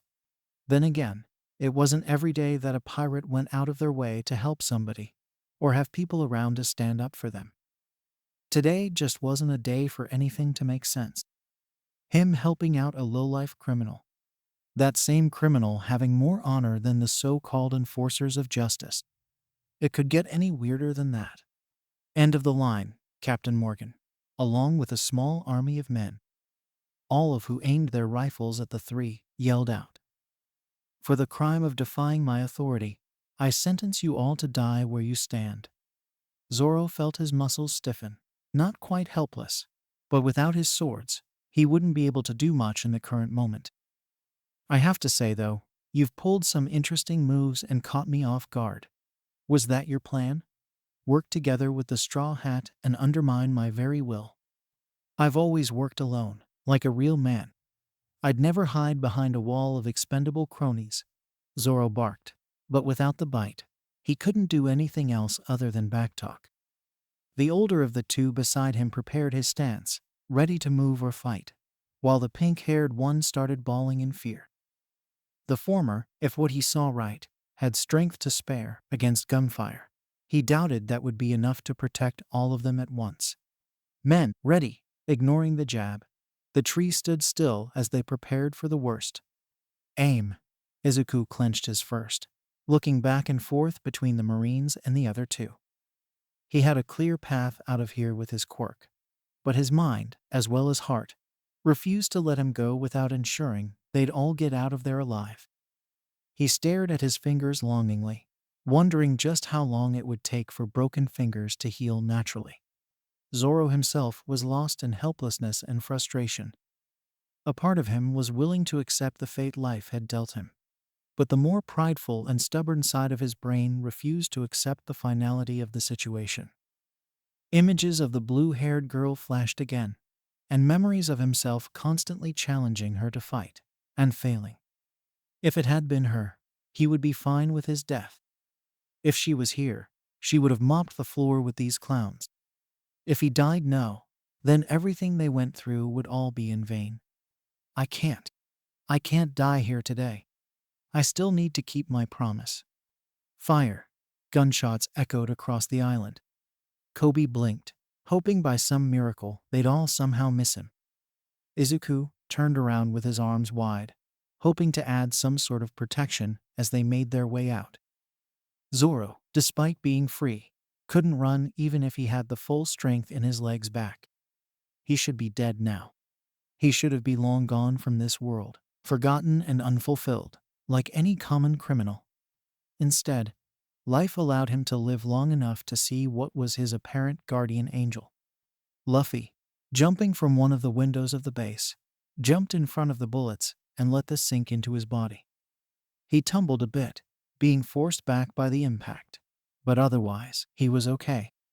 More than that, he was ecstatic. "What the?" Zoro gaped. "He can?" Kobe cried in relief. "Of course," Izuku cheered. "His body is rubber." "Told you I was strong," Luffy reaffirmed, smiling wide at the attacked Marines. who were already shaking in their knees at the freakish sight.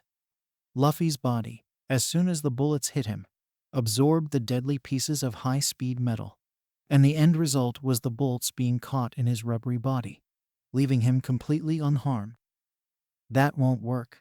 With one last cheer, Luffy relaxed his body and released the bullets from his body, sending them flying at twice the speed they were shot, only barely missing the Marines and Morgan. What the hell are you? Zoro demanded of the team. Instead of his expected sarcastic response, Luffy gave the same smile that never seemed to leave his face. I'm Monkey D. Luffy, the man who'll become king of the pirates. Once again, the name of the title sent complete confusion over the masses, save for Izuku, as if Luffy suddenly grew two heads, which, given his rubber powers, might be a little more plausible at the moment. King of the pirates? That's insane. Do you have any idea what that even means? Sure, some could say the same about his own goal, but at least there was a clear path that needed to be taken for that. But king of the pirates? No one was quite sure how exactly there was a first king to begin with. What do you mean? King of the pirates just means king of the pirates. Nothing more than that. Luffy smiled, and it just dawned on the three that he was carrying 3 swords around his back. Oh yeah, I went to that weird guy's room, but I couldn't tell which one was yours, so I took all of them. Zoro turned to Izuku, who shrugged a little sheepishly.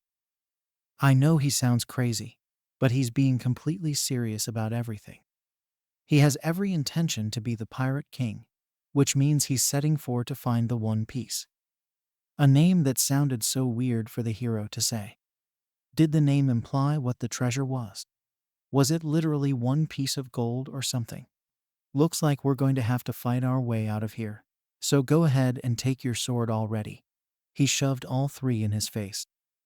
But just know, even if you don't join my crew, you've already made an enemy of the Marines by fighting alongside me, so you'll be labeled a government-defying villain and will be hunted down like a dog. So you either enjoy fighting the Marines alone for the rest of your life, or you join me and have someone to watch your back. So blunt. Everyone shared the same thought, though Luffy's offer made Zoro smirk. What are you, the son of the devil? For as childish as he was, Luffy was about as straightforward as you could get, a mentality that Zoro could get behind 100%. I guess it doesn't matter either way, because if I don't fight I'll just end up dead on these sticks, so screw it. He grabbed all 3 swords, officially accepting Luffy's offer. Woohoo, yeah, this is the best day ever. He must have eaten of the devil fruits. While the now trio of pirates and one former cabin boy prepared themselves, the Marines were still frozen in place, not sure how to take Luffy's extended limbs. The treasure of the sea said to grant unbelievable powers. Not worried in the slightest, Morgan raised his axe up high. It doesn't matter in the slightest what abilities they have. If guns won't work, we'll chop.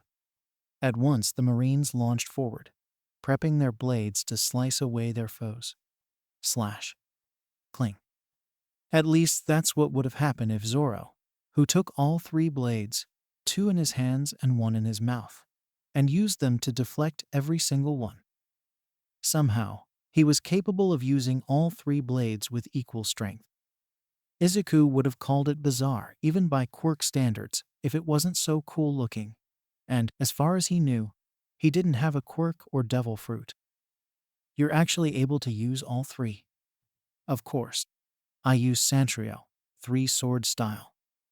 Zoro casually replied, as the Marines, even Morgan, sweated at the returning strength of the demon bounty hunter.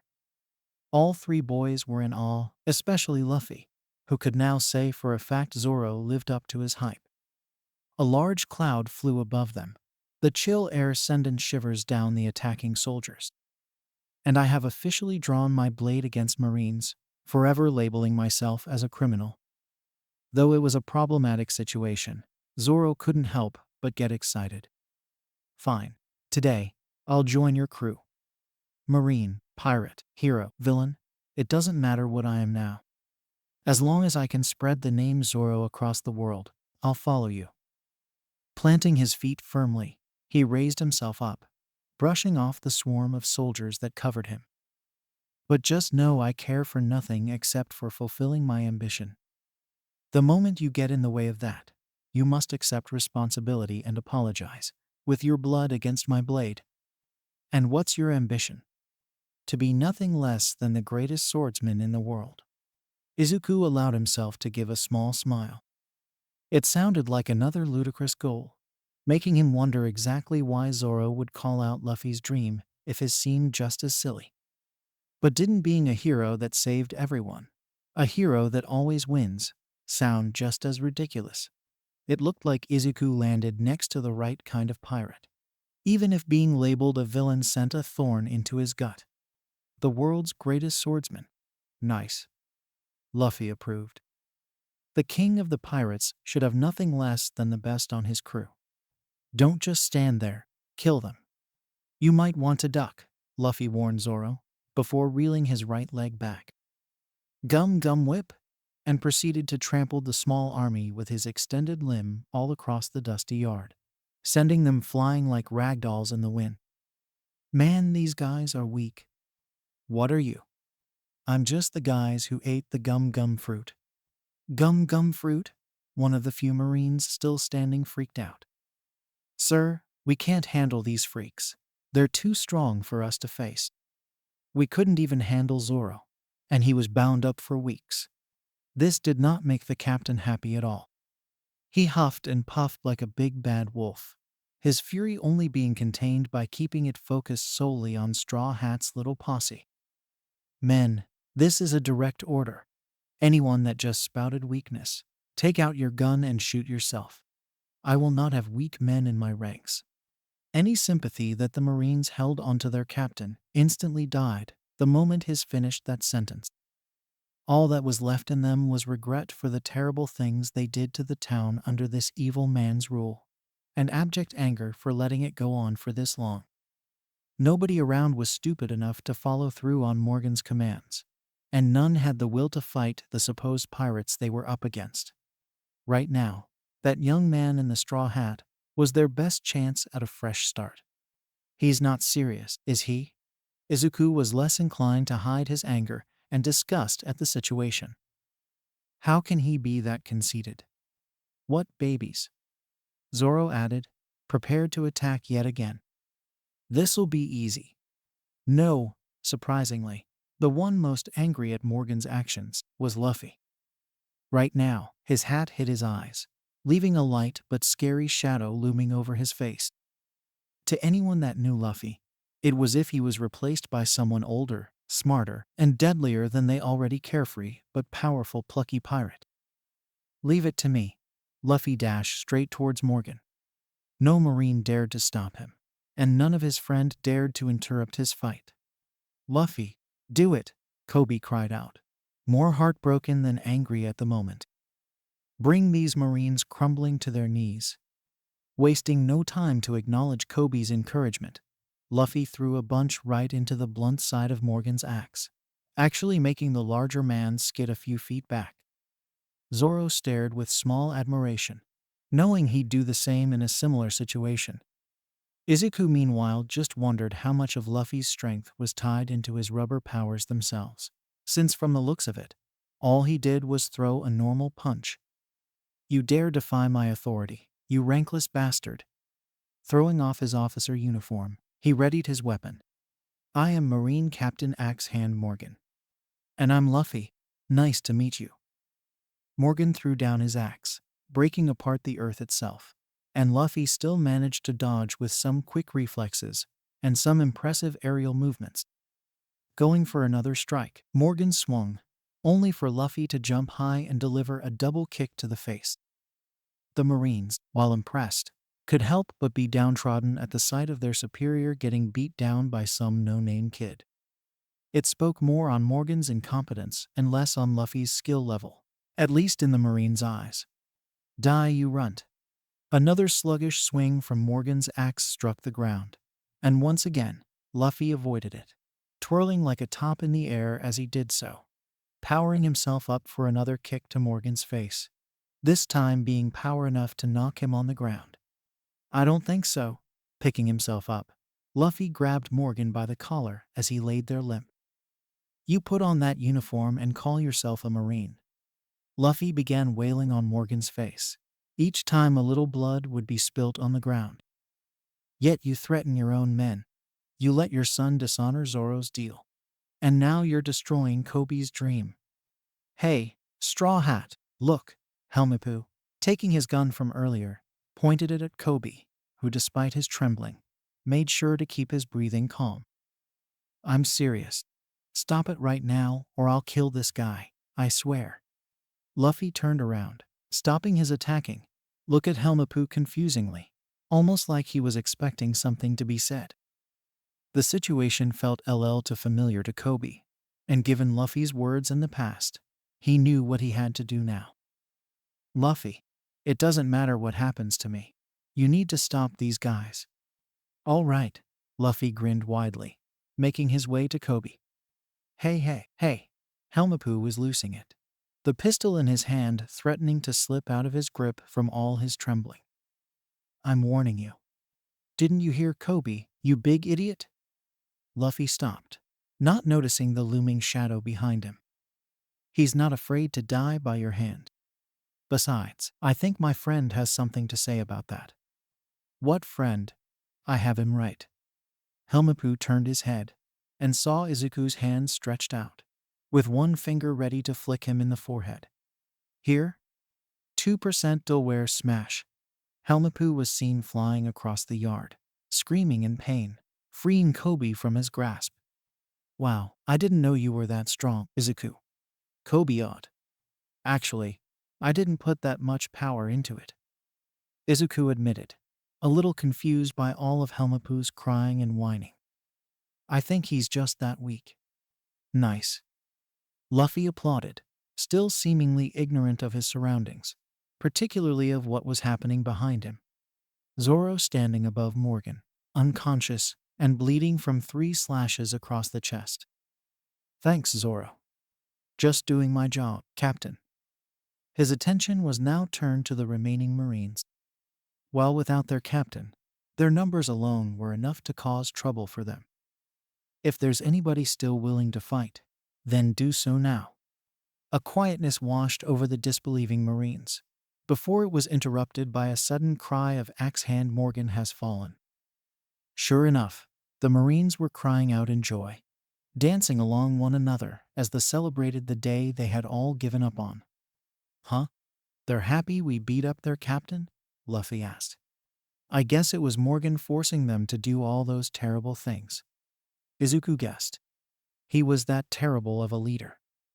Everyone nodded in agreement, content that the fighting was over for today. Zoro himself began to collapse, his body finally giving in to the torment it had endured for weeks. Zoro, you okay? I'm fine. He coughed out weakly. Just who hungry. Fortunately, the entire town seemed to share the Marines' sentiment in regards to their fallen Marine captain.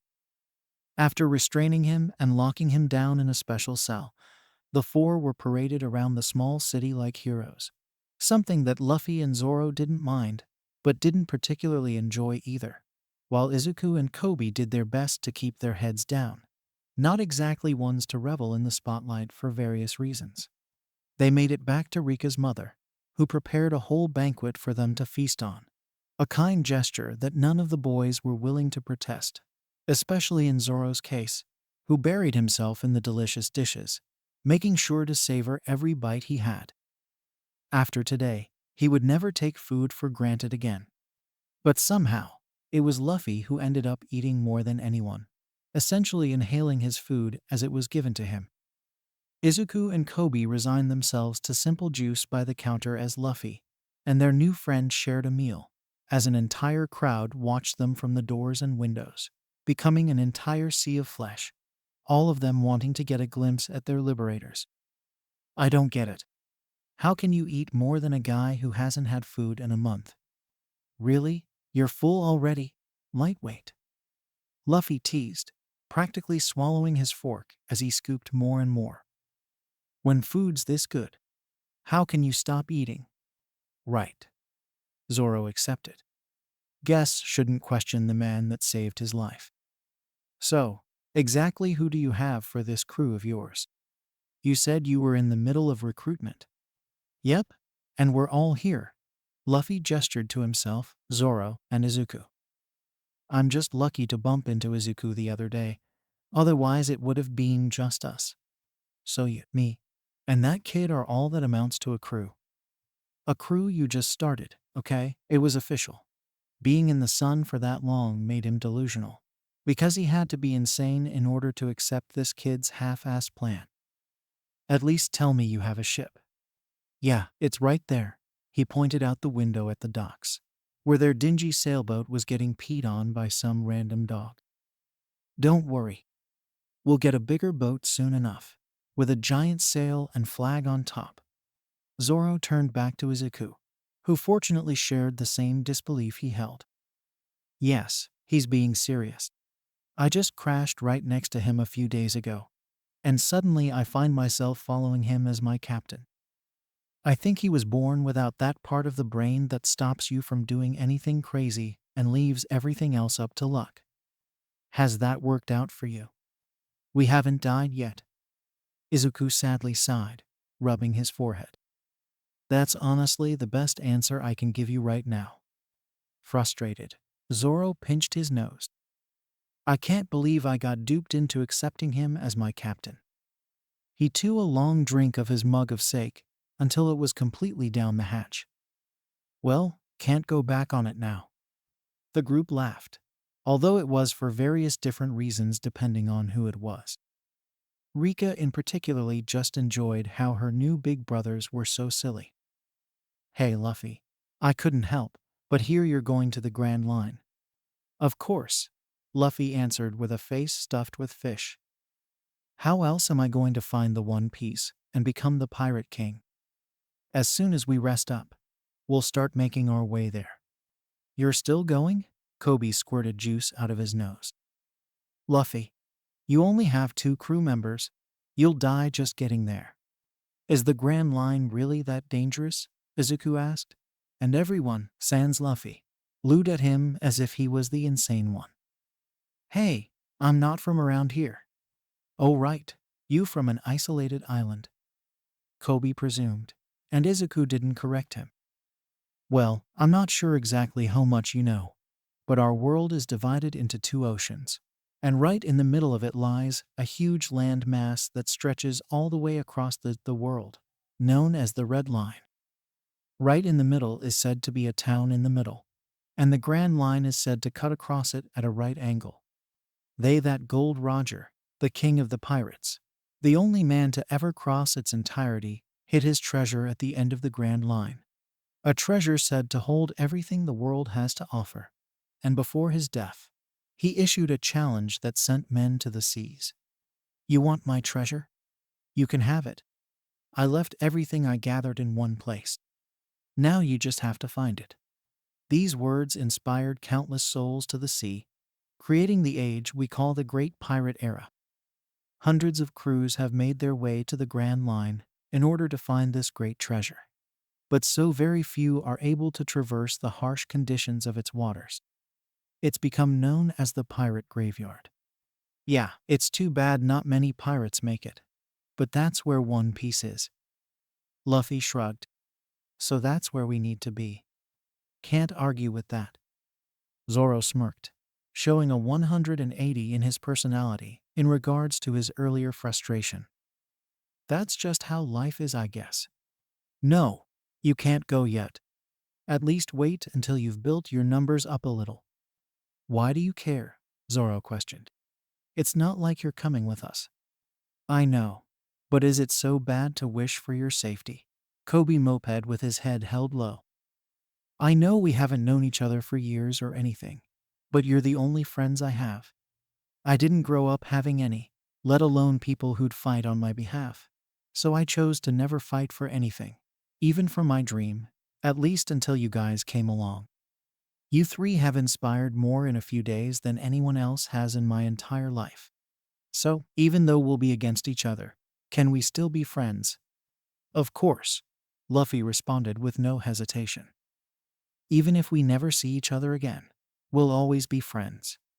Kobe, you remind me a lot of myself before I got my chance to step up. Izuku added in with a proud look. It may not be easy, and there will always be people that will doubt you. But let me tell you, no matter what, you can be a great Marine.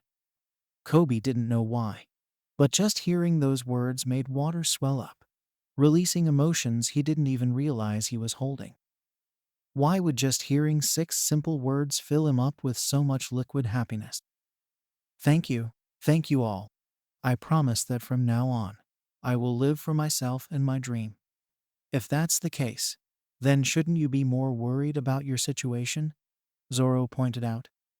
Your 2 years with Alvida aren't just going to go away. The Navy has the best information gathering around. They won't let you in the Marines even if it was as a hostage. Your allegiance with Marines is already questionable, especially after today. And all that liquid happiness suddenly turned to nervous sweating. Oh, right. I didn't think about that. Stupid. And he thought Izuku was ignorant about the Marines. How could he forget something so important? He was fortunate enough that Alvida kept him on the ship half the time. Otherwise, he might have ended up with a bounty. Before anyone could protest or think of any loopholes around this, a small group of Marines made their way through the crowd of people, one of which being the lieutenant from earlier, surprisingly not dead, though he looked very disappointed and regretful, as did the other Marines. Once they entered, the air got quiet, the crew of 3 unsure of what to do. We heard that you're actually a pirate. Is this true? The lieutenant said formal, keeping his lips straight. Yep, me and my crew right here. Luffy threw 2 thumbs at Izuku and Zoro, who were a lot more on guard than their captain. The lieutenant breathed calmly, either keeping in immense sadness or anger within. We appreciate you freeing us of that tyrant. But now that we know you're pirates, we can't stand idly as you go about your way. So your crew must leave the town immediately. But in thanks of all that you've done, we won't report you to Marine headquarters. The townsfolk immediately started protesting, pointing out the obvious hypocrisy and unfairness of the situation, though the tree in question didn't seem to fight it. Izuku himself was reminded of the hero killer. Given the situation, he had no regrets about what he did that night, and would do it again in a heartbeat, though that didn't mean he didn't understand the consequences of his actions. Good intentions or not, it was outside the established law, which made him a vigilante, just one step away from villain.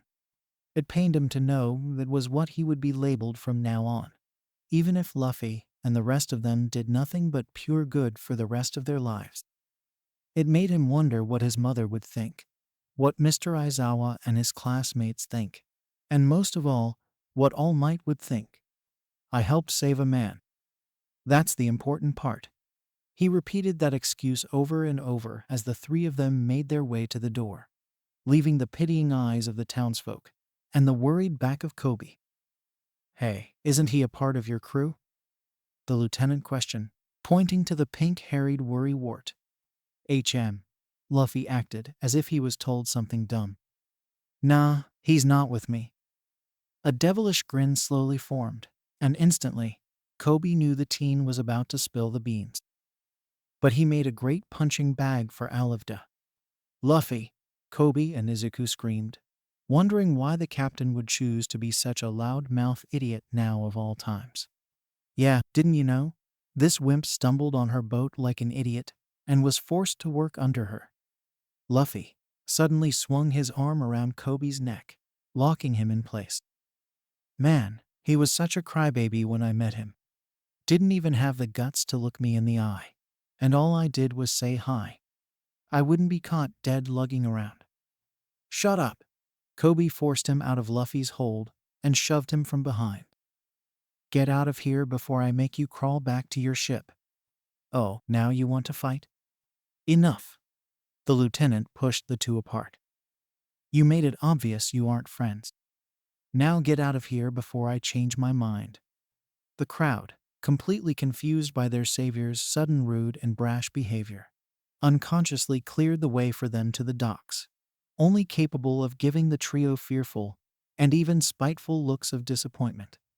But in Kobe's mind, that little bout of horseplay made complete sense to him. How else to establish the spirit of a marine than by going again a pirate? Luffy, even when we're enemies, I still find myself relying on you. You made them hate you, for my sake. That was brilliant, Izuku, coming to the same conclusion, told his captain as the trio made their way to their ship. I'm just surprised you came up with that so quickly. Wasn't that hard to figure out? Luffy jumped aboard his ship. Marines are supposed to hate pirates, so I just gave him a target. Kobe's smart enough to figure out the rest on his own. You guys really sure about leaving it like that? Even if he resents you? Luffy and Izuku nodded. I'd figured you'd at least say sorry or something. He pointed to Izuku. I've been where Luffy's been before. Sometimes the best way to help someone is to egg them on until they react. He unconsciously started rubbing his arms. Just glad I didn't need to break any bones this time. So that's how it's going to be. The whole town hates us now, so we can't turn back even if we wanted to. Zoro gave a small smile of approval. Very pirate-like the more I think of it. Luffy nodded as Izuku untied the boat from the dock, making their way towards the now setting sun. There's nothing to worry about. He'll be a marine now, so we will meet again. Luffy turned, and in a bit of surprise, saw Kobe, Rika, her mother, and the marines seeing them off. Well, what do you know? Luffy, I know what you did, and I'll never be able to thank you for it. Kobe tearfully waved as the marines saluted. I promise you and Izuku that I will be a great marine, one that takes out bad guys and saves everyone. See ya, Kobe. Next time we meet, it'll be on the Grand Line, Luffy shouted, forever bonding the friendship between the two. Marines saluting pirates. Now I've seen everything. Zoro snickered at the sentimentality. Both he and Izuku sat on the sides of the boat as Luffy sat at the top. I have a feeling life's only going to get more interesting with you, Captain. You have no idea. Izuku agreed. It hasn't even been a week, and already my life's been turned sideways. For reasons they could probably barely understand. But that was an issue to cry about another time. The world's greatest swordsman, a hero that saves everyone, and the Pirate King. Sounds like quite the crew already. By the way, what's the deal with the whole Pirate King anyway? Is there some sort of reason behind it? Zoro asked. No reason. It's just a promise I made. Luffy stared eagerly at the horizon. A promise that'll be fulfilled once I've gathered a crew, find the One Piece, and return this straw hat to my friend. The two nodded knowingly, feeling it was a personal matter. Now enough talk. Let's set sail for adventure. And Izuku would have left today's events just as eagerly if he didn't ask one last question. Do we have any idea how to get there? Nope. Hey kid, wake up, wake up. You're going to tip us overboard. Zoro shook his fellow crewmate ferociously, stirring him awake from the constant twisting and turning he was doing for the past 2 hours. What were you dreaming about that made you move like that? Not dreaming, not really. Izuku, once he found his voice after breathing heavily, remembered exactly where he was. 2 days had passed since the events of Shell's Town, and everything was going about as smoothly as they could be with Luffy in charge of sailing. Without Kobe around, the crew was left once again without a navigator, which meant there really wasn't much to do except sleep until another island or boat showed up. Just remembering a promise I made to someone. Zoro nodded and left it at that. From everything Izuku learned in the past 2 days, it was that Zoro never really spoke unless he felt the need to, and for the most part was fairly reserved in terms of asking questions, which suited Izuku as it gave him plenty of time to think to himself. In all honesty, the past week went by fairly quickly despite the slow pace they were going at on the water, and Izuku didn't really have the time to figure out what it would possibly mean for him if he found himself stuck in this world. Izuku accepted that finding a way home wasn't something that he was going to solve tomorrow, or next week, or month, or even next year, and he had resigned himself to that fact. But that part of his brain that tended to ramble on, that part that went on and on about something that he didn't understand, refused to let go of the fact that Uri's little mishap might have been a one-way trip. In all likelihood, it was more than fairly possible that he was going live on whatever this world was called forever. That thought frightened Izuku more than anything. More than the thought that the three of them were probably going to die stranded in the middle of the sea, because not a single one of them had bothered to brush up on any form of navigation before they left the island. Izuku had to slap themselves, realizing that they could have at least got a map before sailing off. Ugh, so hungry, Luffy complained continuously. Another problem they had was that their leave was so sudden that they didn't even restock on food. And from what little Izuku knew about sea travel, the salty water they sailed across was a no-go in terms of hydration. So all the three could do was pray that a fish or something would be dumb enough to suddenly plop itself on the deck. We're so far out, and there's not an island in sight. We might not even see one before we make it to the Grand Line. Luffy hung his head out of the boat, above the water. Oh well, guess we'll leave it up to fate. Seriously. For someone trying to be king of the pirates, don't you think it's a little dumb that you don't know the first thing about sailing? Zoro pointed out accusatory. Not really. That's why ships have a navigator. Luffy lazily defended, both proving his and Zoro's point right and wrong at the same time. Besides, shouldn't you know something about this stuff? You're the famed demon bounty hunter that always takes down pirates. I said I never took on that name. I was only after one guy. But when I couldn't find them, I had to go after pirates just to earn a living because my island moved. Your island moved? Izuku raised an eyebrow. Even with all the strangeness that happened, a moving island seemed a bit far-fetched. It just sounds like you got lost. I didn't get lost, Zoro defended, rocking the boat. The guy I'm after was north, so I just started moving straight from where I was. The aspiring hero took a minute to process what Zoro said, now convinced that no one between any of them had any brains whatsoever. Luffy and Zoro for their complete ignorance, and him for not being more against joining up with a bunch of pirates. I'm dead. I died saving Ire, and this is hell. If we don't find something to eat, then probably. Luffy added, before spotting something up above the clear blue sky. Hey look, we're saved. The captain pointed towards a large pink bird with scruffy-looking feathers. Now we can eat. Okay, excluding the obvious lack of means to cook it. Izuku felt the need to point that out, knowing full well Luffy didn't think anything through. There's still the means of getting it down. Izuku then felt a long, lanky arm surround his torso. Oh no, you're not going to. I'll throw you and you knock it down. Luffy didn't let his first mate finish his protest as he catapulted him into the sky. Make sure to save some for me. Izuku soared through the air like a green cannonball, and flailed his arms helpless as Luffy aiming shot him directly into the bird's mighty yellow beak, carrying him off into the distance by the arms, restraining the hero as he had no leverage to pry the beast off. And as he flew to parts unknown, something in Izuku snapped like a twig, making him shout something that he would never say, even under worse circumstances. Maybe it was the constant nightmares of that little girl forever out of his reach. Maybe it was the stress building up. Or maybe it was the fact that nothing had gone the way he had hoped, and being a pirate was really the best option for him in the long run. But whatever the reason, Izuku said 3 words that would forever be used by all future members of the Straw Hat Pirates. A sort of mantra that, in the worst of times, would come to unite them all in one common cause. Huh. He's flying off. Luffy stated obviously as the green dot that was their crewmate grew further and further away. Well, hopefully he takes it down by the time we find him again.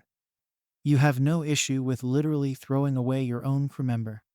Zoro asked with a bit of judgment. This didn't really match up with how Luffy acted back at the Marine base. Even if he was stupid, he didn't take the young captain to be heartless. Nah, I wouldn't do anything like that. Izuku's strong. He can take care of himself, Luffy said with no hint of worry, taking the oars they had and paddled as fast as he could towards their friend. He was getting quiet and mopey. I thought some time off the ship could really help him get through whatever's going on in his head. You think it has something to do with saving people? Zoro asked. You heard what the kid called himself when we left. Don't you think that it's a little strange for a pirate to consider himself a hero? A little. I like heroes, but I don't think he gets that pirates and heroes aren't the same thing. Luffy answered, still shrugging at everything. But I don't mind helping people if they're friends. And he said his dream is to save everyone with a smile, not to be a hero. So, if we make everyone our friend, we can all be pirates without worrying about being heroes. This was a very simple form of logic. But that was the kind of logic Zoro understood and approved. Makes sense. Being a hero is too much of a hassle anyways. Zoro nodded slowly, before noticing 3 funny-looking figures in the water. Hey, what's that? People drowning. Luffy plainly stated, as if it was no big deal. Is that just a common thing around here? Before I ate my devil fruit, everybody always told me it was important to know how to swim. But what's the point of knowing if you end up in the middle of the sea anyways? Just help them up before they sink. The two did just that, bringing them up as they coughed up all the sea water in their lungs. Thank you, you saved us, one of them, with a big bushy orange afro, gleefully praised before their laughter became more and more sinister. Now hand over everything you have. This territory is under the command of the buggy pirates. The 3 drew their swords, trying to make good on their threat. In the next second, the 3 were unconscious with giant bloody bumps on their heads, as Luffy and Zoro continued on as if nothing had happened. I still say you hit them too hard. They could have led us to an island, or at the very least rode for us. They tried to rob us after we helped them. I wouldn't trust them. Luffy defended. Besides, they were dumb enough to lose their own ship in the middle of the sea. It's not like they would have been that helpful anyways. Luffy gazed back up at the cloudless sky, moving past the path the bird took, as it and Izuku were no longer in plain view. As long as we keep moving straight, we should run into Izuku soon enough. Meanwhile, on an unassuming island in a village known as Orange Town, one young lady, with a head of red and a blue and white striped shirt, was on the run. This wasn't anything new for her, for her occupation of 10 or so years required her to risk her life on an almost daily basis. But as of this moment, the time couldn't have been worse or the stakes any higher. Trailing behind her were 3 thuggish, brutish excuses for men, and none of them were happy with her. They just so happened to be a part of one of the most fearsome crews to sail the waters of the East Blue. The Buggy Pirates. Sure, the name may have sounded ridiculous, but pirates in general were nothing to scoff at, especially if the captain of said pirates have been rumored to have eaten one of the mysterious devil fruits. Whether or not they were real didn't matter, because the only thing that was for certain was that Buggy was powerful, greedy, and merciless, a man that no one in their right mind would want to cross. Which is why the young lady just had to steal a map from him. A map that could lead one to certain doom, or lead them to riches beyond comprehension. Now the young lady didn't consider herself a greedy girl, but a lifetime of thievery had taught her that there was no such thing in this world as too much money. Neither was there an obstacle too big to obtain said money. Which is why the little thief was content with the risk. If she played her cards right, she would be that much closer to making it towards her goal. And maybe someday, she'll be able to make her dream come true as well. But right now, it was hard to believe in any of that as the pirates behind her just wouldn't let up. The town itself had been emptied due to earlier events, but the girl felt very much like a tiny rodent running aimlessly through a maze, and it didn't look like she would reach an exit anytime soon. Not now. Not when I finally have a chance. The young lady mentally screamed, not sure how long her legs could stand to run. Somebody, anybody, help me. A loud boom was heard from above, followed by the sound of was presumably a 10-year-old crying for their mother. Looking up, the girl could make out the shape of a large bird falling from the sky about 15 yards away from her. But falling around her direction was some sort of green figure frantically shaking his entire body. Gotalandrite. The boy got in what looked like a pouncing position, keeping his legs firmly close to his body as he finally hit the ground like a meteor, forming a small crater around him. Stumbling with weak legs, the boy dusted the rubble off him as kept his face down. Oh, okay, I don't think I can take any more surprises today. Hey boss. The young lying lady yelled almost on instinct the moment the teen picked his head up. Thanks for coming. These guys are all yours. The redhead ran off without another word, with a small giggle and little to no guilt. Have fun. Who are? Izuku barely registered what transpired before the three pirates ran up to him. What's going on? She got away, but at least we got her boss. The pirate with a checkerboard headband pointed out, surrounding the teen. Bit scrawny for someone in charge though. Who, what? I'm not, I don't know her. Sweating furiously, Izuku stammers did little to stop the thugs as he was met by a fist to the face by the pirate with scars around his forehead and lower jaw. Weak and irresponsible. I haven't seen such a pathetic display in such a long time. Believing him to be down, the pirate towered over the recovering hero, aiming their blades just barely above the boy's back. No wonder your underling left you to fend for yourself. She probably stole that map so she could get away from your worthless ass. Izuku's face became more angry.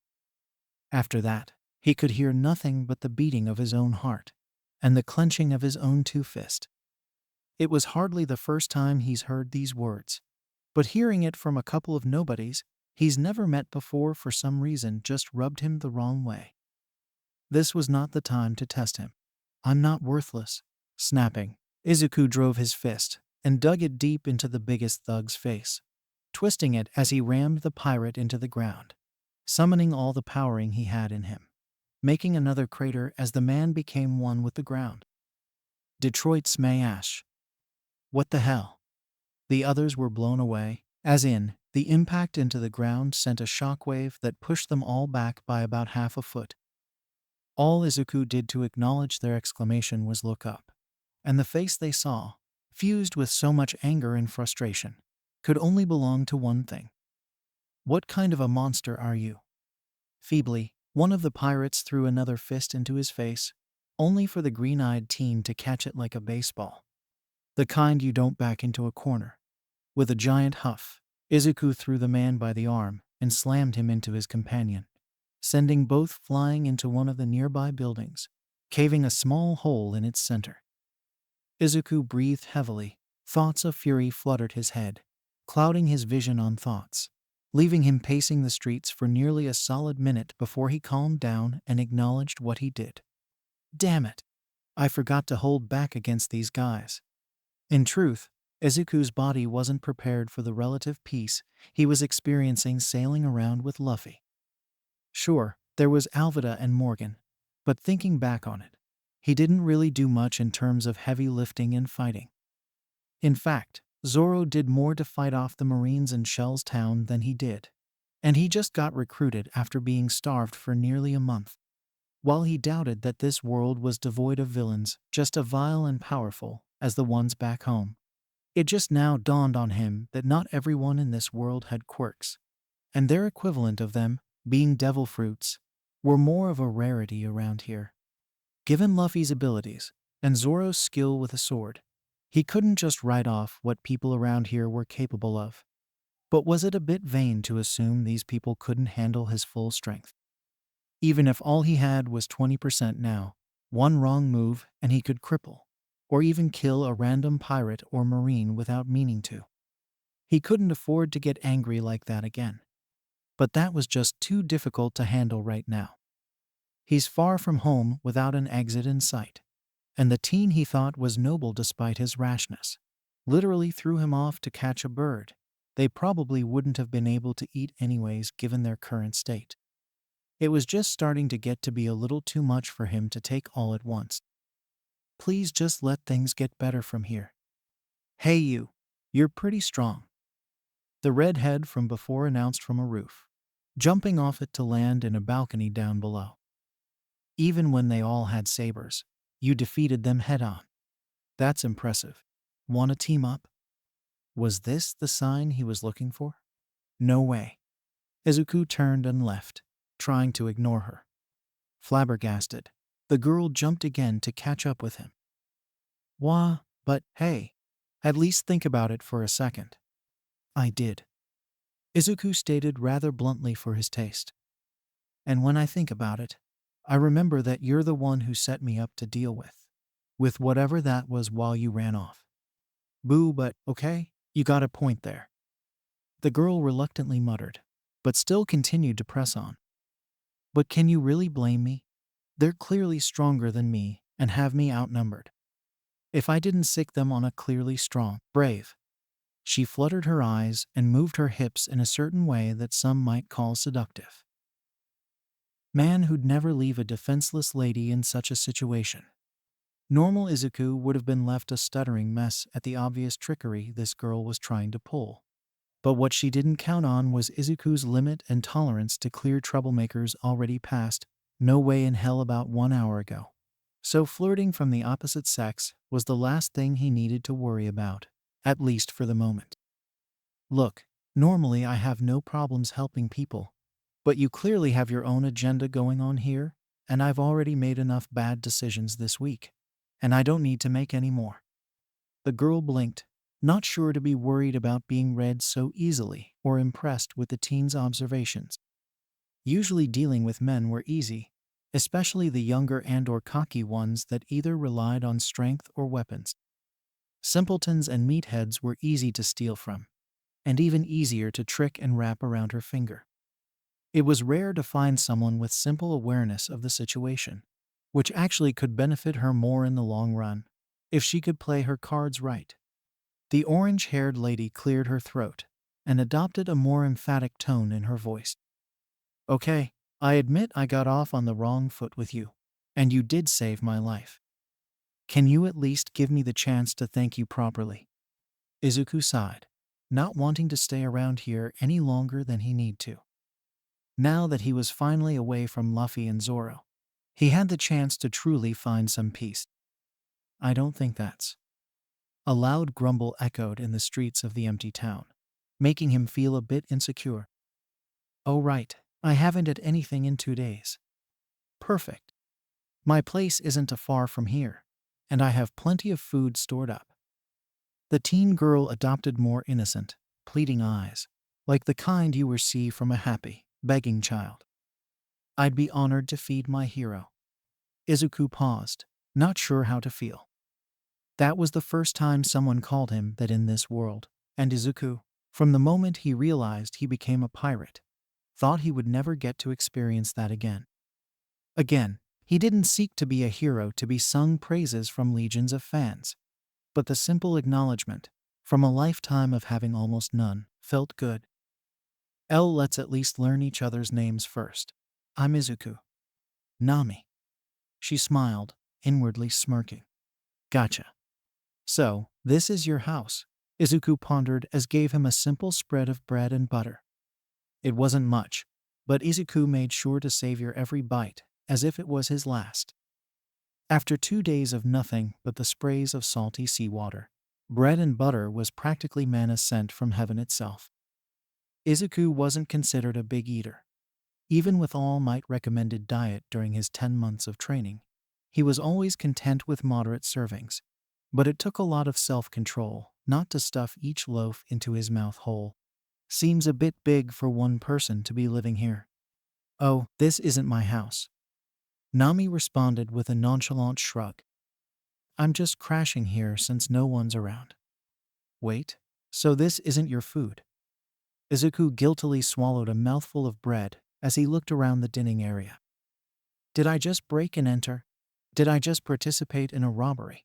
Crap, crap, crap, crap. 1 week as a pirate, and he's already committing crimes all on his own. He couldn't even blame Luffy for this. This was a choice he made consciously, and now he can no longer claim to be hero. He can never show his face to All Might again, which he won't be able to in the first place because he's stuck in another world full of criminals that he's become one of. Shut up. The next thing Izuku knew, he felt a sharp pain across the back of his head, as well as the formation of a large bump swelling up. Nami once again changed her mood on a dime and become distinctly more monstrously in appearance and actions. Slugging him as he was in the middle of his rant. Geez, is that how you talk to everybody? Because that's kinda creepy, kid. Yeah, that's what everybody says. Izuku whispered in agreement. I mean seriously, there's no need to get that worked up over it. After the fourth break-in, you learn to never feel guilty about entering an empty house. She continued, making Izuku sink his head in shame once again. It's not like I'm a pirate or anything. I'm just a humble thief who only steals from people who deserve it. I've been sailing around with pirates for the past week, and this is literally the most pirate thing I've seen anybody do in that time. Izuku groaned, with his head firmly planted into the table. Sailing with pirates. Nami kept her more mean persona on, her voice dripping in accusation. You're a pirate. Yes, no, I don't know, Izuku fumed out, feeling more and more anxious by the minute. The only thing I've ever wanted to do with my life is help people in need, to save them when they're down, and show them a smile that'll let them know I am here. And there I was, finally able to help that little girl. And the next thing I know, I'm drowning in the middle of an ocean I've known nothing about, being forced into a lifestyle I never wanted to touch within a 50-foot pole, sailing around with two people who are as clueless about sailing as I am. He banged his head on the table several times. I just want this nightmare to end already. Being forced. Those words left a bitter taste in her mouth once they hit her ears. Unusual strength aside given the 3-on-1 matchup from before, Nami assumed that had to be the case. The messy seaweed head didn't really look or sound like a typical pirate, which even then would leave the pirate thief wary at best, because a lifetime off associating with scum taught her to never let appearances or mere words sway her thinking. But the way he said it, the words he chose, didn't match up with the pirate life at all. No pirate she ever met would ever admit to helping people, let alone desire it above anything else. Pirates were selfish bastards that only fought for their own self-interest and greed, without a single care who they hurt or killed in the process. No pirate in the world desired to be a hero. You're being forced to be a pirate. By circumstance, yes. I really don't know what to do on my own. Izuku whimpered. I'm lost. My crew is lost, and all I want is to return home. The problem is that I have no idea where to start to begin with. And for all their ignorance, my crewmates know more about the world than I do. So you are being forced, huh? For a few seconds, the redhead shared a glimmer of sympathy with the teen boy, muttering to herself about something being familiar. So you're lost and don't know where to go from here. That's the basic gist of it. Nami gave a small smile.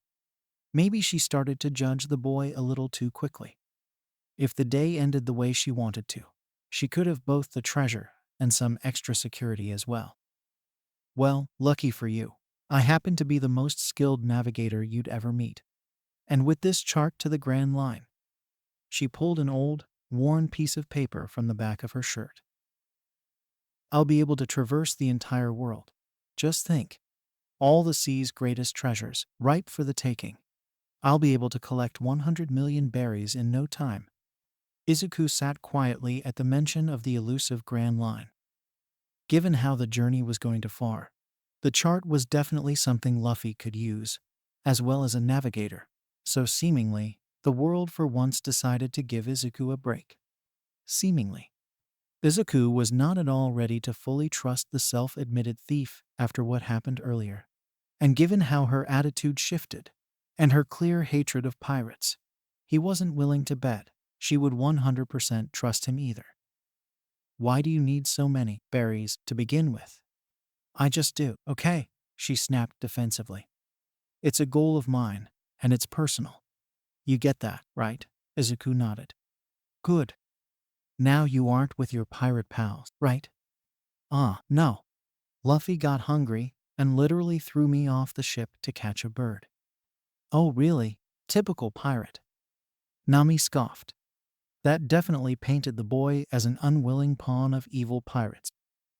Well, shame on them, because now that you're here, we can take back the treasure Buggy stole from this town. Who's Buggy? Buggy the Clown, duh. Nami stated the apparent known fact. The immortal pirate said to be unstoppable by every means known to man. What, did you live under a rock or something? Not wanting to explain further, Izuku just shrugged. Well, regardless, he set up base in this town and ran all the citizens out, which is why the streets are so empty.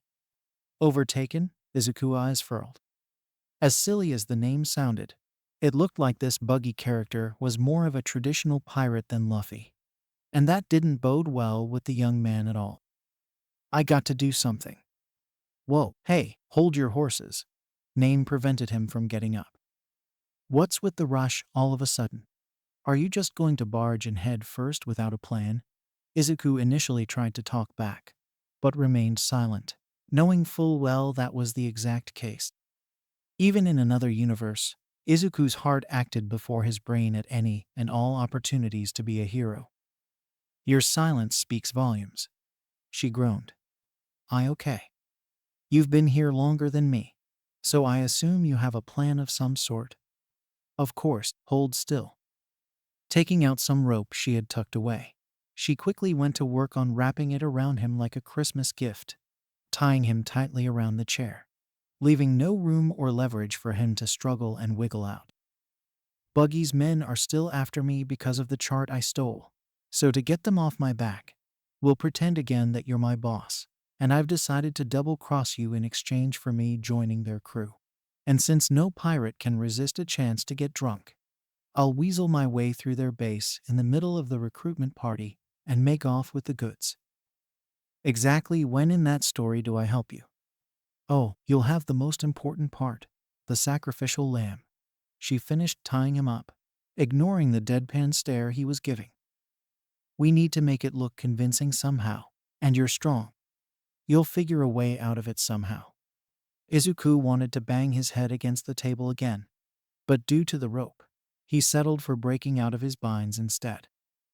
With a quick flash of full cowling, the ropes fell off like a bundle of lifeless snakes, and he walked out of the kitchen without speaking another word.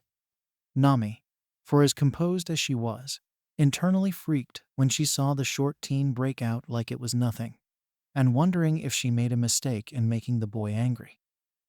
Hey, don't leave yet. We haven't gone over the details yet.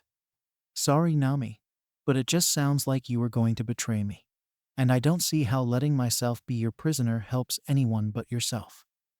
Izuku did his best not to be angry at her, partially because he had no experience having anger towards any girl at any time, unless you count Himiko Toga. But even then, Izuku was more afraid of the obsessed psycho than angry.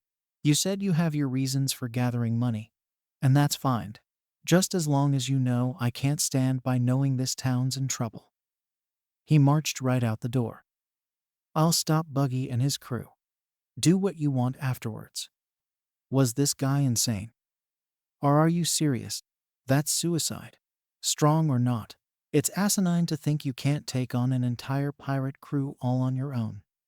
Nami tried pulling him away, but the Bai kept walking forward as if she was the air itself. How are you so strong? Look, we may not be friends, but I don't feel comfortable letting you get killed like this. I got enough guilt on my conscience already. Izuku did his best to look past her. Besides, no one else is here. It's just us. What good is being the hero if no one's around to see it? There's no point to involve yourself with this town's problems. That's the entire point. Nami saw the furious determination. and was conflicted on whether or not she should be afraid or inspirited. My sensei told me meddling when you don't have to is in essence the spirit of being a hero. As long as the people of this town can live freely again, I'll be okay. Why you really want to be a hero? For nothing. It sounded like a really bad joke to the experienced thief. Nothing she has done in her life has ever been for free. She made it a trained habit to never involve herself in a situation without some way to benefit from it. Even before it became a way of life for her, she never did anything without reward of some kind. What kind of a person could be so willing to give unconditional kindness to people they've never met? People they by all means have no right or need to help? Memories of that unconditional kindness filled her brain. A blanket of warmth surrounding her body, providing protection and love, only for it to disappear by the selfishness of pirates. Men willing to disregard human life at a whim without a single hint of remorse. Kid, I don't think there's enough people like you in the world. Nami looked down, getting the green-headed boy to stop in his tracks. Bonk. Nami slugged him across the head again, knocking him to the ground. And I hope that'll change things. Did you just try to knock me out? Nami stared at him, then at her first, then at him again, like she was trying to force two pieces of a puzzle to fit together. No? Bonk. Really? That usually works. Nami was completely spaced out by this. It's not my fault your skull is so thick. It's your fault for trying to knock me out. I'm the one trying to protect you, you idiot. By knocking me unconscious. By stopping you from making the biggest mistake of your life. Arf, arf, arf, arf.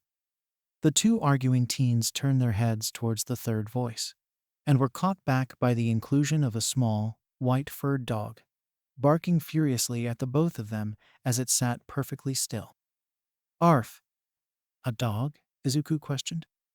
The entire town is abandoned. Who'd leave behind their dog behind? He turned to Nami, who seemed equally as baffled. Hey, leave Shoo Shoo alone.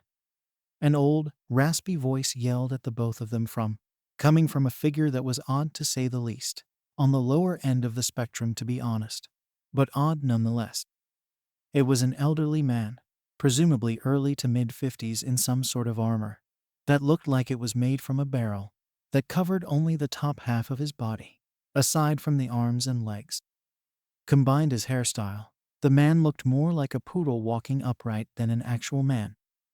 Are you with Buggy's crew? No way. I have nothing to do with those pirates. The one thing Izuku could be certain about Nami at this point was her utter disdain for pirates, which he had to tilt his head at, because to him, being a thief was no better, if not, the same thing. I'm just trying to stop this idiot from picking a fight with them. Hey, you'd better listen to the lady, boy. Pirates like Buggy are nothing to scoff at. His buggy ball was enough to drive the entire town away.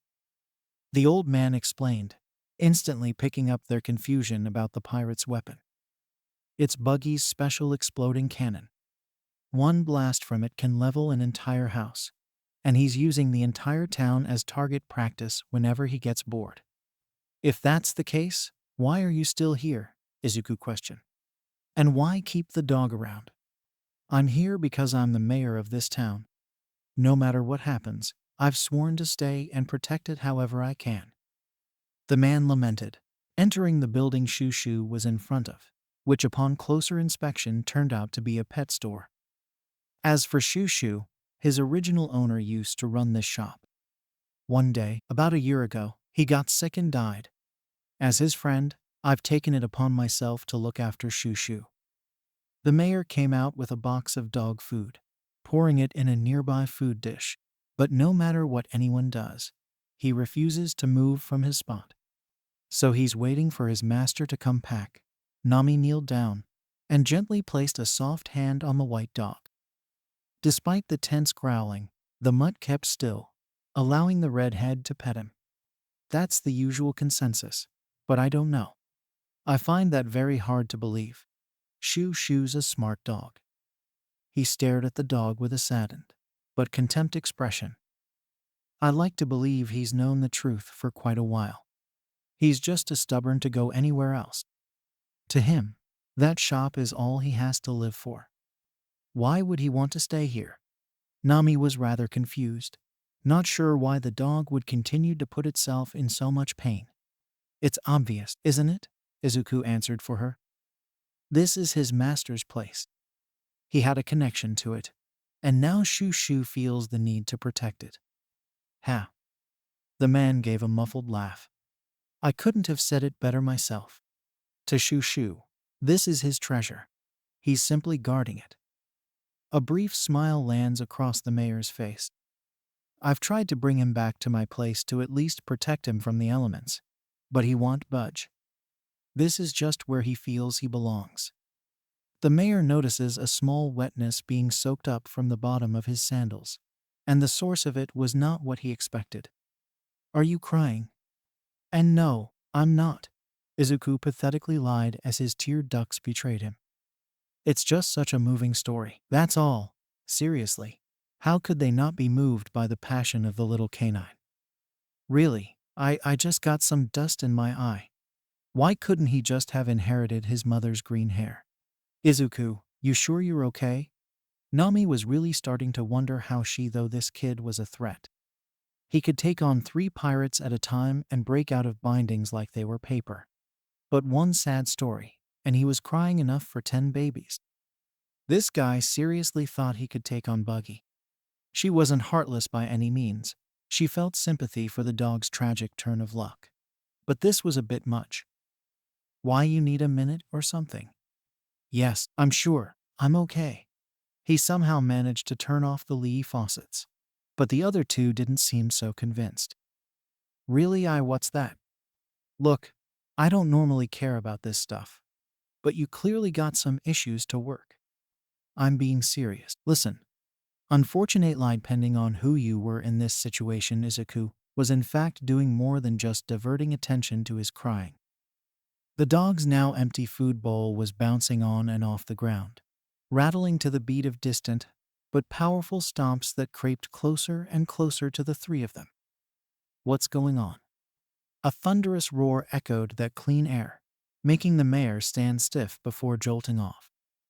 It's Buggy's right-hand man, Beast Tamer Moji. Run! He took off, not looking back at the 2 teens or Shushu. Wah, Beast Tamer? Nami, equally as freaked out, started running frantically, unsure of where to run or hide, only to be brought back to some form of calmness the moment she realized Izuku was standing perfectly still. Don't tell me you still plan on fighting. I have to, otherwise no one else will. Yeah, because no one is dumb enough to take on an entire crew of pirates on their own.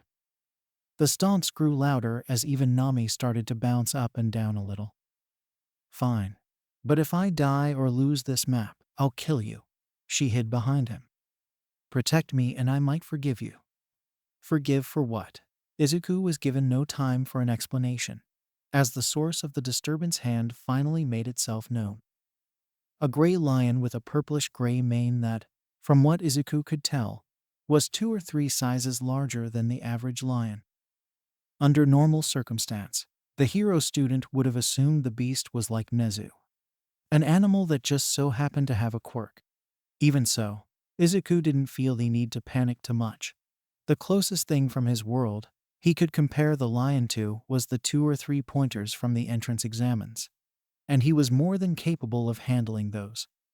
What was stranger was the shirtless, white-haired mane sitting atop the mighty monster, with the standard smug superiority Izuku had seen on dime a dozen thugs. His hair stretched out across his neck and on his sides, and even his all over his chest that gave off more of an animal-like appearance, going so far as to shape the top of his head like animal ears, which Izuku knew on sight weren't real due to seeing his actual human ears right where they were supposed to be. If this buggy pirate was going for a circus theme, Moji fit the bill of bearded lady more than beast tamer. What am I looking at?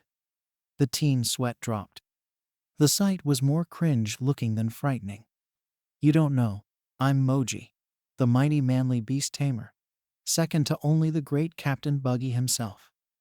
The furry man exclaimed, though because Izuku had no context to anything he said, his confused face stayed perfectly still.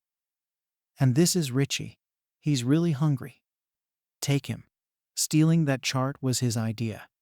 Nami panicked, deciding to cut her losses and take off once again. If not for the fact she tried pushing Izuku into Richie's direction, and ended up tripping instead. Okay, what exactly are you made of? What? Oh, well, that makes my job easier, Moji happily exclaimed, confusing the two. Wait, didn't Buggy send you after me to get the chart back? No, like I said, Richie's really hungry. He pointed to his pet, which somehow, with all its teeth, claws, and blood-red eyes, pulled off one of the most pathetic pouting faces either of the teens had ever seen. I knew there was a pet food store around here, so I was just walking him to get him some food, but since you're willing. One growl from the best was all it took to get Nami. Well, fine. If you want this chart, you'll have to go through my friend to get it. She confidently cowered behind the green teen, pushing him towards the beastly man and animal. You're in for it now. He already beat up 3 of your guys single-handedly. Are you really leaving me out to dry again? Izuku groaned, not really surprised by this point. Hey, you're the hero here. Do your hero thing and save me. A hero, huh? The furry man chuckled, looking a little more threatening than before, but not by much. There's a reason why you don't see anybody in this town, kid. No one's stupid enough to stay in a situation where they can't win. He patted his hungry companion, who kept a steady growl like the predator it was. Aka, no one's dumb enough to be a hero except you, Richie. Feel free to raid the store as much as you like. You can think of these 2 as appetizers. The beast obeyed, creeping up to the teenagers with hunger and fury, raising a might paw that was big enough to fit 3 human within it, and unsheathed its thick, razor-blade claws and prepared to strike. Swoosh. And stop upon making contact with the hero in training, now glowing brightly, and using his left arm to keep the lion's attack in the air, felt a small gush of wind created from the 2 colliding forces. Whhat. The beast tamer and his piece mirrored each other perfectly, as both their eyes popped out of their skulls in shock and horror. How are you this strong? Izuku. Nami again found herself at a loss for words, seeing the tiny titan black the blow like it was nothing. It confused her to no end how the green lightning helped him in any way. But she would put that question away for another time. How are you stopping? Grab shoo and get back. I don't want you in the way. Izuku told her before she could finish, keeping his entire attention on the enemy lion. His whole body felt it was on fire, deciding to use 15% to keep Richie's claw from slashing him. It was most certainly less painful than 20%, but 5% more than his usual limits still made his body stiff. Still, he remembered back to the 3 he faced off against earlier, and knew that he couldn't risk pushing his body to the max unless the situation called for it. The streets are empty, the houses are abandoned, and this guy's completely reliant on his lion. No need to drag this out more than I need to. Throwing the paw away like trash, he used the distraction to finish the beast off. 15% Texas smash. And Izuku's fist, which in normal circumstances would barely be a nuisance to the hungry animal, sank into the feline's snout, and the updraft of air forced the beast to fling backwards, crashing into a house back first and landing on its head, leaving several scraps and bruises on Richie's nose. Moji himself flew right off his fall instead, crashing right beside it before scrambling to his legs and running off in a frightened panic, no doubt back to his captain in shame. Okay, that should buy us some time for now. But if he's going back to Buggy, we can just stand by anymore. Right, Nami? Izuku turned to the slightly older girl, who was still a bit shell-shocked by the rather quick turn of events. Ah, Nami. What was that? Are you some sort of monster? She backed away initially, keeping the now more tame Shoo behind her. How can something as scrawny as you hit so hard? Scrawny. Izuku's self-confidence took a dip. He knew he wasn't the most intimidating of faces, but he'd like to think he was beyond weak skinny nerd by this point. It's just a little quirk I have. A quirk, huh? Yeah, sure, she whispered in disbelief. Quirks are silly habits people have, like muttering, or having a strange laugh. The last time I checked, quirks don't give people superpowers. At least this explained how he took down the pirates from earlier. And she was just about to ditch this guy again. She was really off her game this week. Ha, you aren't too sore over the whole go through you thing, are you? Because you weren't in any real danger, right? Just a heat of the moment thing, you know? Izuku, for the most part, chose to ignore Nami's excuses and knelt down to the dog beside her. Hey boy, you alright? He shakily held out a hand, and as expected, a growl was given in response, before getting quiet and scooting just close enough for Izuku's hand to reach his head. Smiling, Izuku gave the dog a light pat. He's safe. Color me impressed, kid. Shoo's not the kind of dog to change his mind so easily. The mayor crawled back out from wherever his hiding spot was. He appreciates you protecting his treasure. After you shared his story with us, I thought it was only right for me to help out in any way I could. No matter the time or place, Izuku and compliments were like oil and vinegar. They could go together, but they didn't entirely mix. And as a hero, I can't just stand by and watch these pirates destroy this town. I'll protect it no matter what. Those are pretty big and bold words for a kid who doesn't even live here. The mayor pondered out loud. Not many would go out of their way just to protect some animal they met. He sat down solemnly, taking off his glasses to clear up the water boiling up in his eyes. 40 years ago, my people came across this island and built this town from the ground up, and all it took was a handful of pirates to take it all away. All that hard work. Hey, take it easy, old man. Nami tried to calm him down. There's no need to get hysterical now. Look out! Both the old man and Nami found themselves thrown into the pavement as Izuku made a mad dash into the air. And it was only by a fraction of a second that they saw what was going on. Up in the air, a giant pink cannonball, around the size of an average boulder, was flying towards them, more specifically, right into the center of the pet food store. And the only thing stopping it from hurting, or even killing them, was the green-haired boy in the air, who was about to tackle it head-on with only the clothes on his back to protect him. Finally, we made it. Let it be known that Luffy, somehow, wasn't the worst person you could be stuck on a boat with. Sure, he had the navigational skills of a can of tuna, but he at least knew how to steer in a straight direction, which was more than what Zoro could do even on the best of days, though if you asked the green-haired swordsman, he would proclaim that Luffy was just lucky an island just happened to be in his way, which, to be fair, was about half accurate. Told ya we'd find it. You didn't even know there was any to be found. Zoro groaned, so wishing he had some decent booze so he could drown out his captain's loud rantings. I swear, wherever the kid ended up has to be better than this. Don't worry, Izuku's here, I can feel it. And it was true. Luffy believed he would find Izuku here, so it had to be true. His first mate may be a bit awkward and weird, but he wasn't someone that would let something such as no natural sense of direction stop him. He probably found some trouble and tried to save some people without asking for anything in return. Which means if we join in and help him, we can ask the people around here if they have some meat, and a boat, and a navigator. Plus, trouble usually means there's bound to be a fight somewhere down the line. Zoro, half awake, smirked.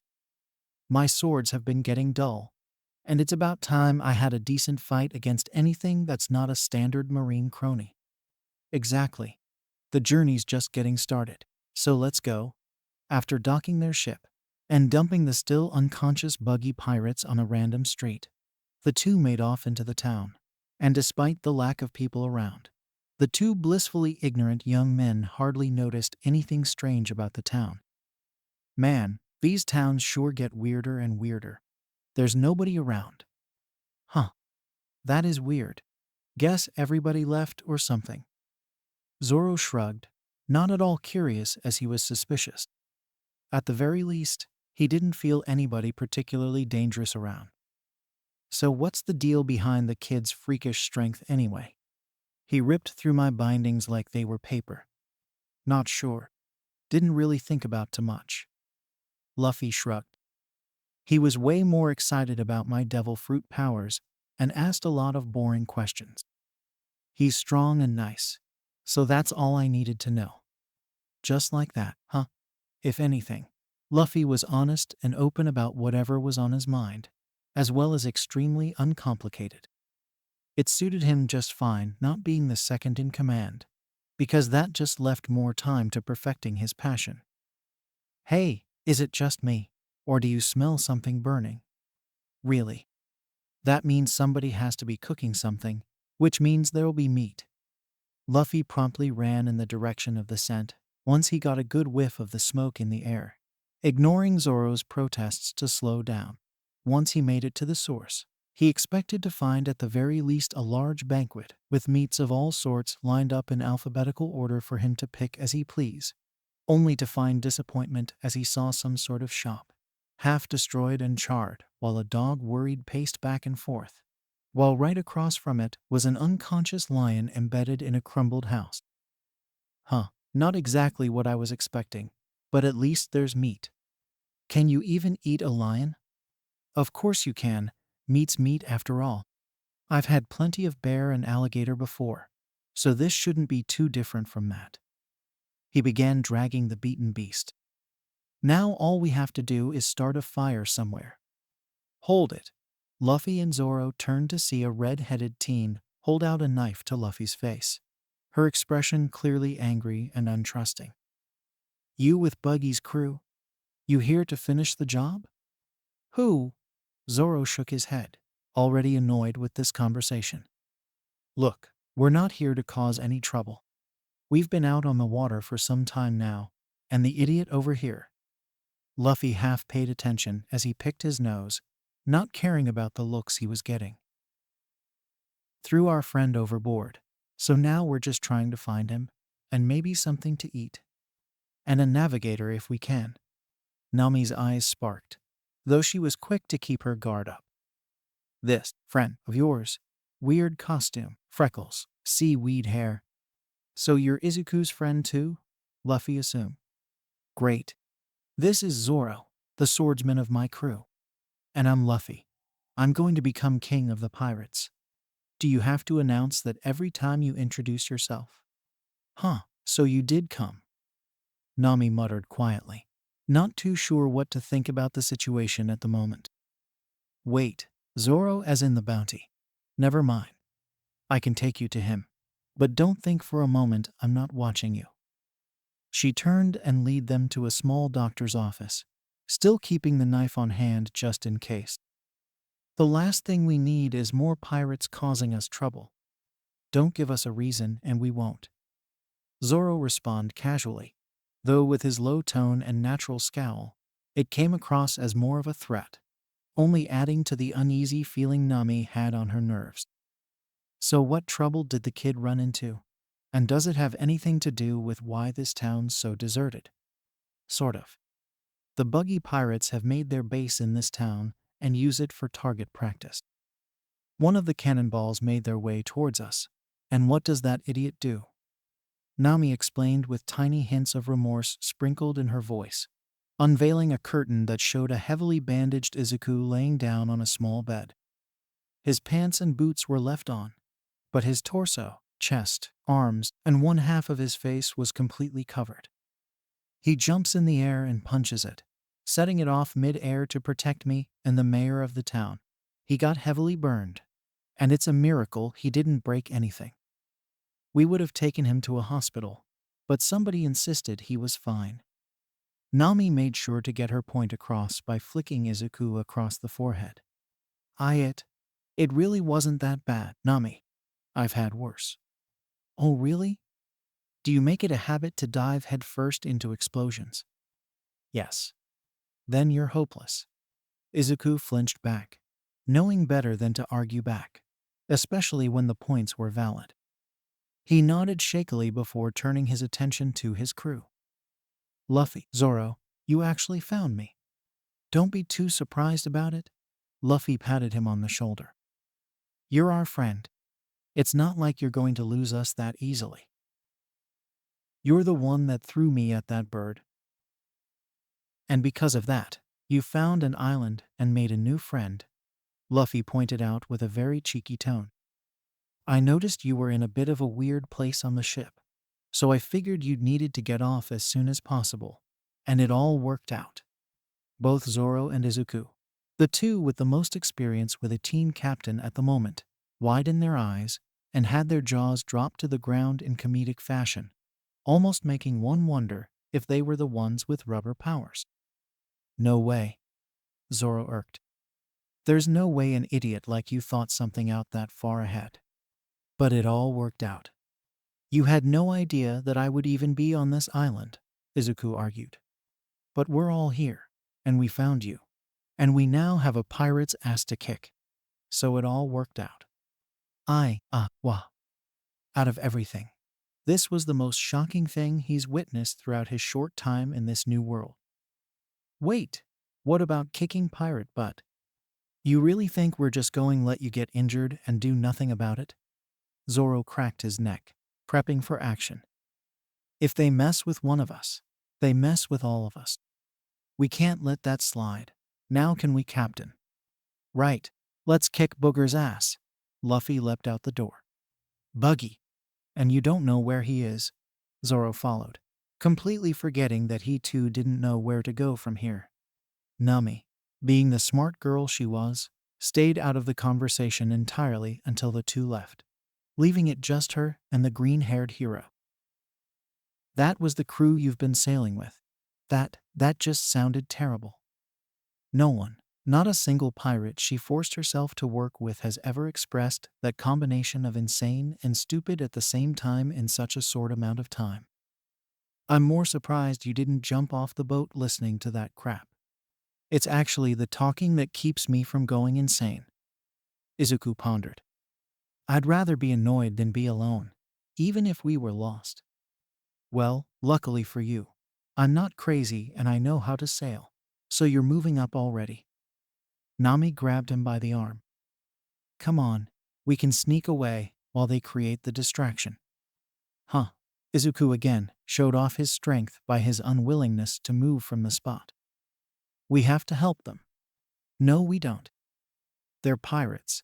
We're just the people who end up getting hurt in the crossfire. Izuku noticed how cold Nami sounded the more she said the word pirate. It didn't feel like the hate Morgan or the other Marines had when they said it.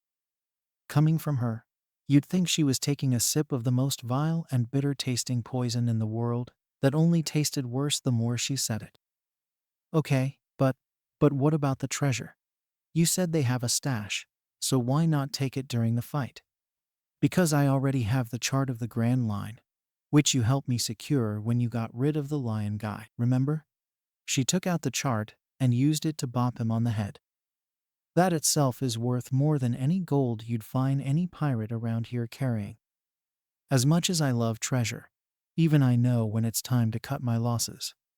But what about the town? The mayor? Shoo shoo.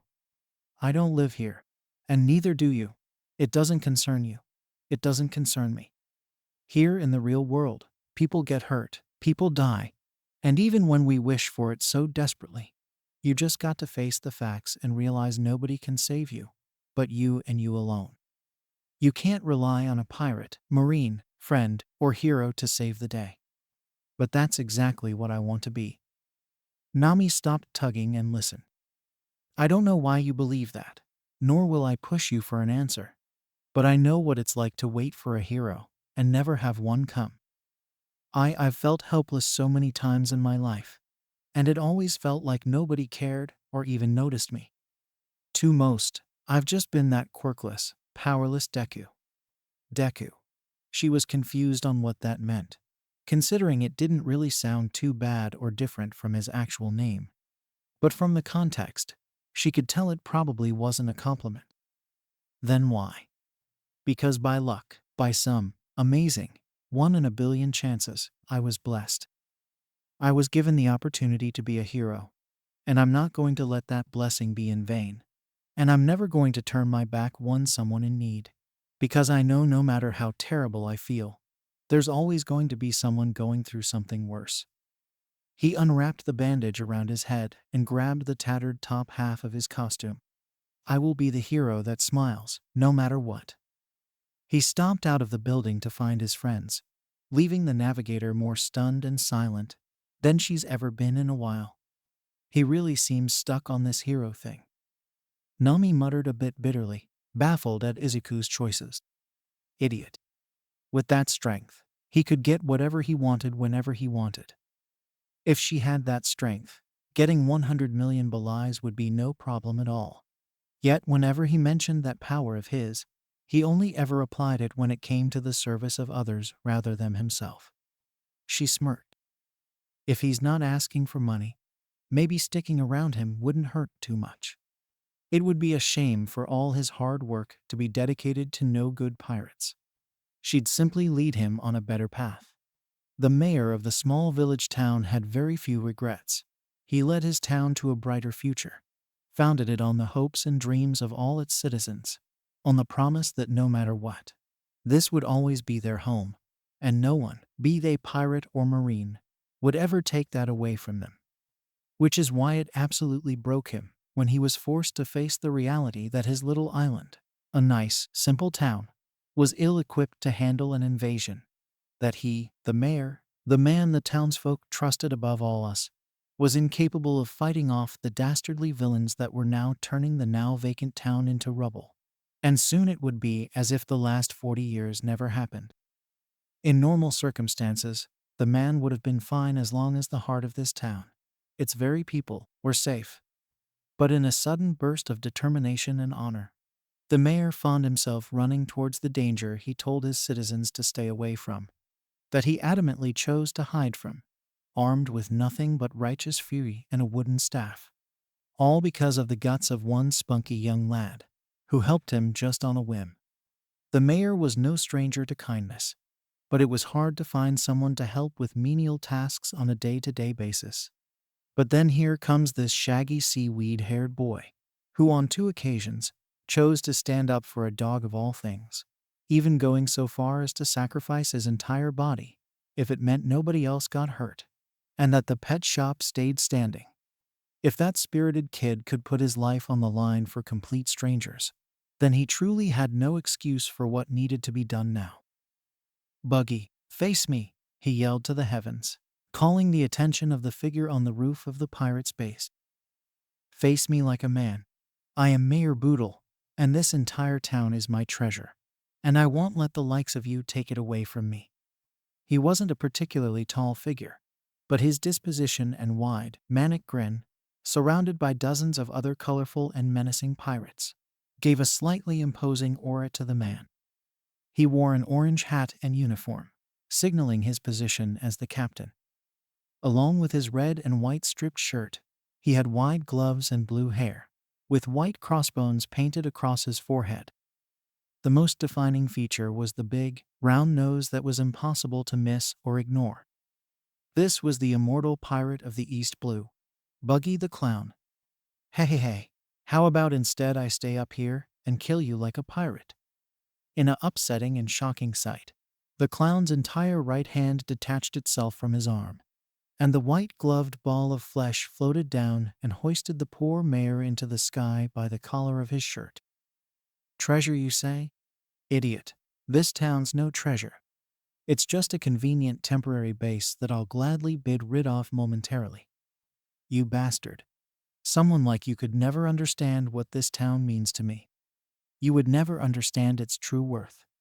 True worth? Haha. In case you haven't noticed, I'm going to sail the world and find all the world's riches.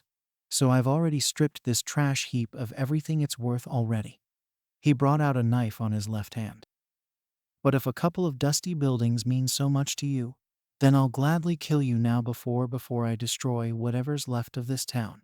How's that, Suak? Buggy's gloating was interrupted by a sudden sharp spike of pain coming from his disembodied hand, and his self-absorbed egotism was replaced by confused anger. A straw hat. Down below, Luffy had grabbed the hand, making it release the mayor, as right beside him Zoro, Nami, and Izuku ran up. Huh, floating hand. Cool. Who are you? The mayor asked. This is my fight. Why you kids shouldn't be here. You're the old man Izuku protected, right? The mayor, after his eye wandered to the hero in green, nodded. That means he likes you, so I like you. Besides, Bunny over here attacked him, so I have to kick his ass now. Bunny! Buggy yelled out in frustration. It's Buggy. Balloon? Buggy. Buffoon. Bugggy, Buggy.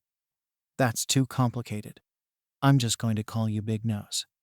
As Izuku and Zoro found Luffy ignorance to be slightly funny in this moment, the members of Buggy's crew, as well as Nami, started sweating bullets and backing away from the hot-tempered clown. Of all the stupid things to say to him, Nami freaked out. That was the absolute worst thing to say to him. BBB by Big Nose. Buggy floated to a giant cannon and lit the match. No one insults my nose and gets away with it. Now stand still as I kill you all flashily. Run. Nami grabbed the still gasping mayor as everyone else started to make their way, everyone except Luffy, who smiled. You idiot. What are you trying to do now? My turn. He simply stated, before inhaling, filling his mouth, throat, chest, and stomach with as much air as he could, affecting turning him into a giant rubber ball that managed to catch the cannonball without setting it off. Gum gum. It sank in deeper and deeper into Luffy's gut, before flinging it back to Buggy, just as he did to bullets before. Balloon. And after a series of girlish screams and cries of terror, one side did the former more than the other. They all fell deaf upon the Buggy ball's explosion, crumbling the base to nothing but plaster and wood. Seriously, Captain, you could have warned us beforehand. Zoro irked. How are? What kind of monsters is this crew made out of? Nami shouted to Luffy accursedly. Who are you? And how did you do that? That ball, air, inflation thing. I already said it. It's my gum gum balloon. Not what you call it. Just. She turned to Izuku. You're the only sane one here. Explain now. Not the first time Izuku's been intimidated and pressured by a pretty girl. But she was definitely the scariest. Weird. He remembered being a lot less scared of her earlier. Luffy ate a devil fruit and turned his body into rubber. Rubber? Yeah, see? Luffy stretched out his face to prove it, once again freaking out Nami. You two should get out of here now. Things are about to get dangerous. He pointed to Nami and the mayor. Izuku, make sure they stay safe. No, I can't leave. This is my fight, and my fight alone. The mayor adamantly defied. I have to be the one to take on Buggy. For Shushu, for my citizens, for my bunk. The mayor was now out cold like a dead branch, falling to the ground like a rock in water due to Luffy's fist colliding with his face. Izuku was briefly reminded of Kendo whenever Monomo went on his endless tirades about 1B's supposed superiority to 1A, except while the class president of their sister class did it with the intent of just shutting him up without much drawback. Izuku was pretty sure Luffy had no reservation about holding back and hit him the same way he'd hit an enemy. You didn't have to kill him, you idiot. Nami grabbed the young captain by the neck and attempted to strangle him. He's an old man. Have a little respect and tact. We just needed him to get out of the way. Actually, this might be better.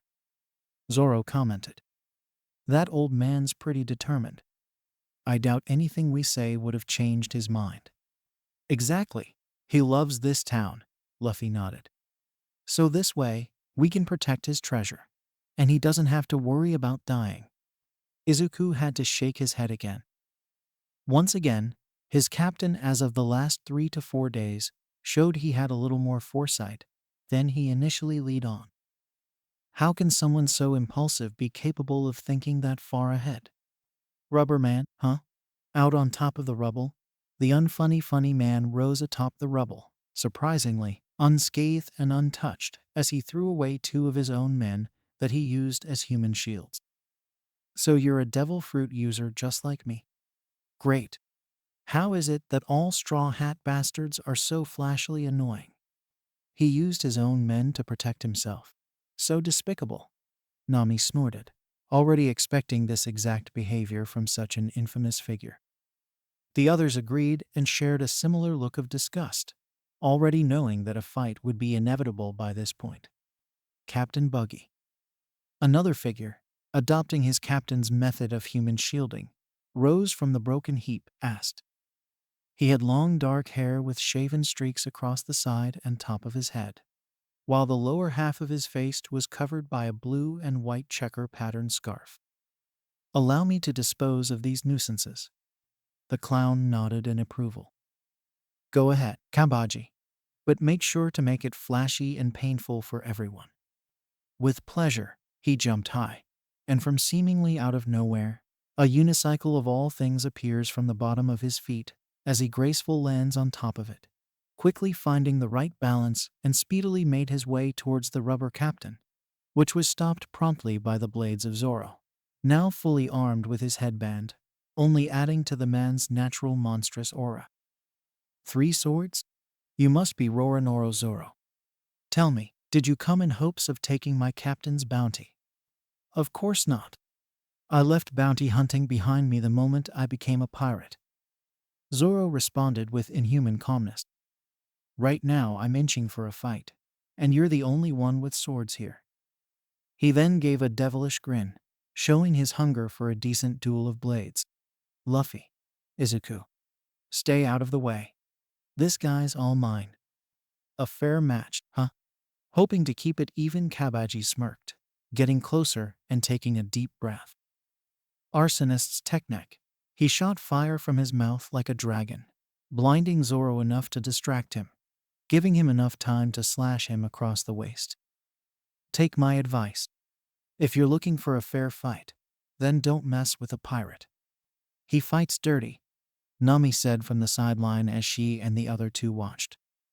The trio watched as Zoro clenched his side, small drips of blood slowly coming out. It wasn't anything too deep, but just enough to be distracting in a fight. These guys truly have no shame. Makes sense though, Izuku added. This is a circus-themed crew. What better way to fight in such a group than to add tricks and illusions to their fighting style? Izuku would call it clever if it wasn't so underhanded, and also attempting to kill his friend. The unicycle is pushing it a bit much though, even if he can maintain such a balance while fighting. I don't know, I think it's pretty cool. I want one. Luffy laughed, getting engaged in his swordsman's fight. Don't act like he don't have a chance at dying. Why aren't you helping him? Zoro, too engrossed in his match to hear or care about the commentary, kept all his attention on this joker of a swordsman, slowly placing his 3rd sword in his mouth. You done with your useless party tricks? Had your fun getting one measly strike in?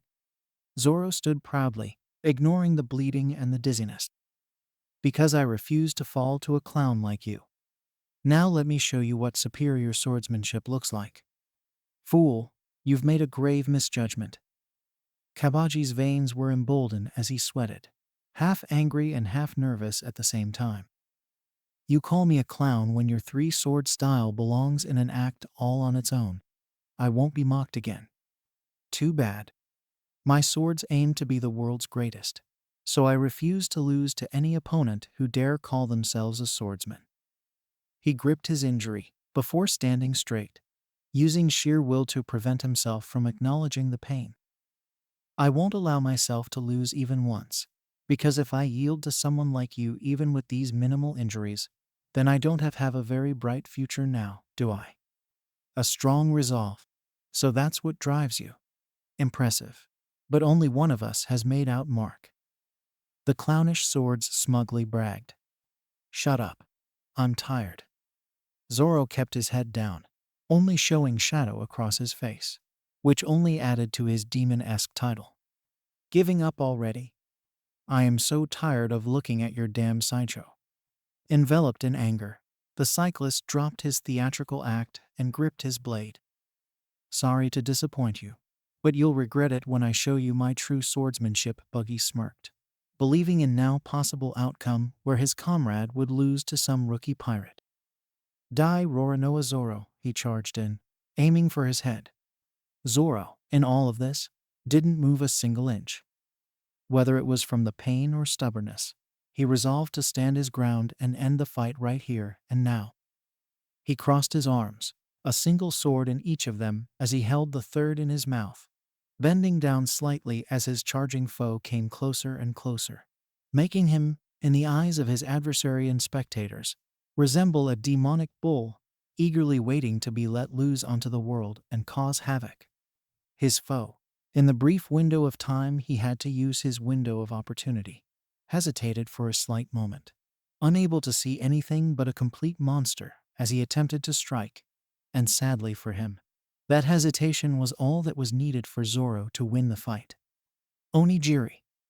Kabaji fell to the earth with 3 bloody gashes across his chest, marking his defeat as he futilely tried to stand back. I can't believe the Buggy pirates were defeated by random thugs and thieves.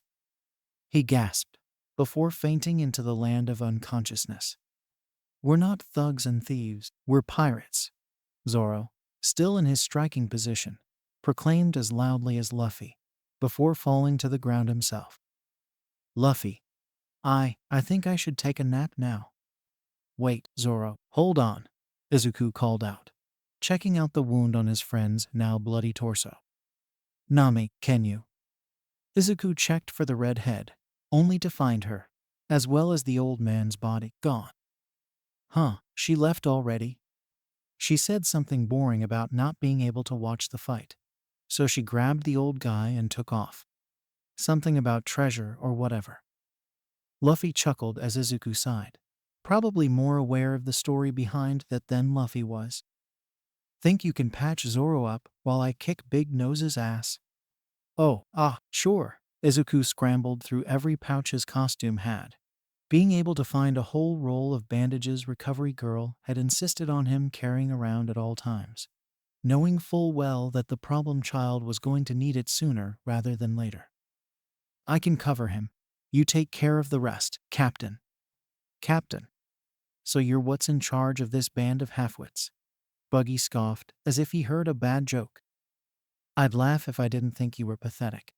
So tell me, why would a couple of snot-nosed rookies like you have any reason to tussle with the likes of me in such a flashy manner? No reason, really. Izuku likes that old man and girl. So I really have no choice but to fight you now.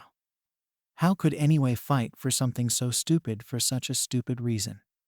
Buggy pulled on his hair listening to the rubberman's brand of insanity. I swear, you straw hat bastards are designed to drive me crazy. You like to talk a lot, don't you? Luffy yawned, already paying more attention to the ants on the ground rather than Buggy. Can I just kick your ass already? I still need to find a navigator if we're ever going to reach the Grand Line. You don't even have a navigator, and you already plan on sailing to the most dangerous waters on the planet. Get real, you rubber punk, Buggy chortled. Suppose you actually manage to get there, then what? You plan on taking a leisurely cruise. If that means going on lots of adventures with my nakama, then yeah. Luffy took the question 100% seriously, making Izuku wonder as he finished wrapping the bandages on Zoro, if Luffy ever even heard any form of sarcasm before any of this. He was either was too sheltered or not sheltered enough.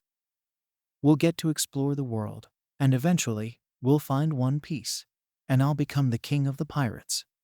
King. Buggy from there completely lost it, raving out loud like a mind man for a solid 30 seconds. If you're the king of the pirates, then that must make me God. If there's anyone here who will gain all the treasures in the world, it's going to be me. What does treasure have to do with being king of the pirates? Luffy tilted his head, genuinely confused. You're not making any sense. I'm the one. I'm the one not making.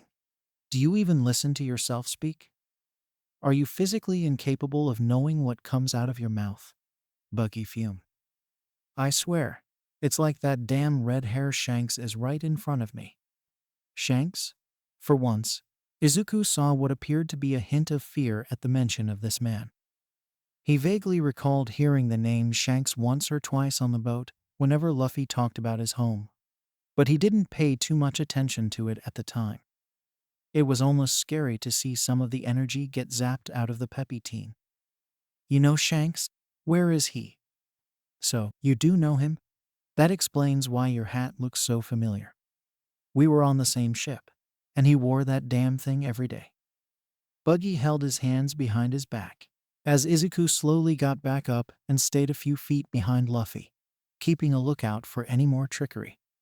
You were on the same crew. Yes, and out of all the scum of the world, he's the man that I hate the most. It's thanks to him that I've been cursed. Buggy screamed, making sure to keep the teen's attention on him. It was just an ordinary day on the ship. We had flashily succeeded raiding an enemy ship, and what do I find but a treasure map? A treasure buried at the bottom of the sea, a treasure that was all mine for the taking.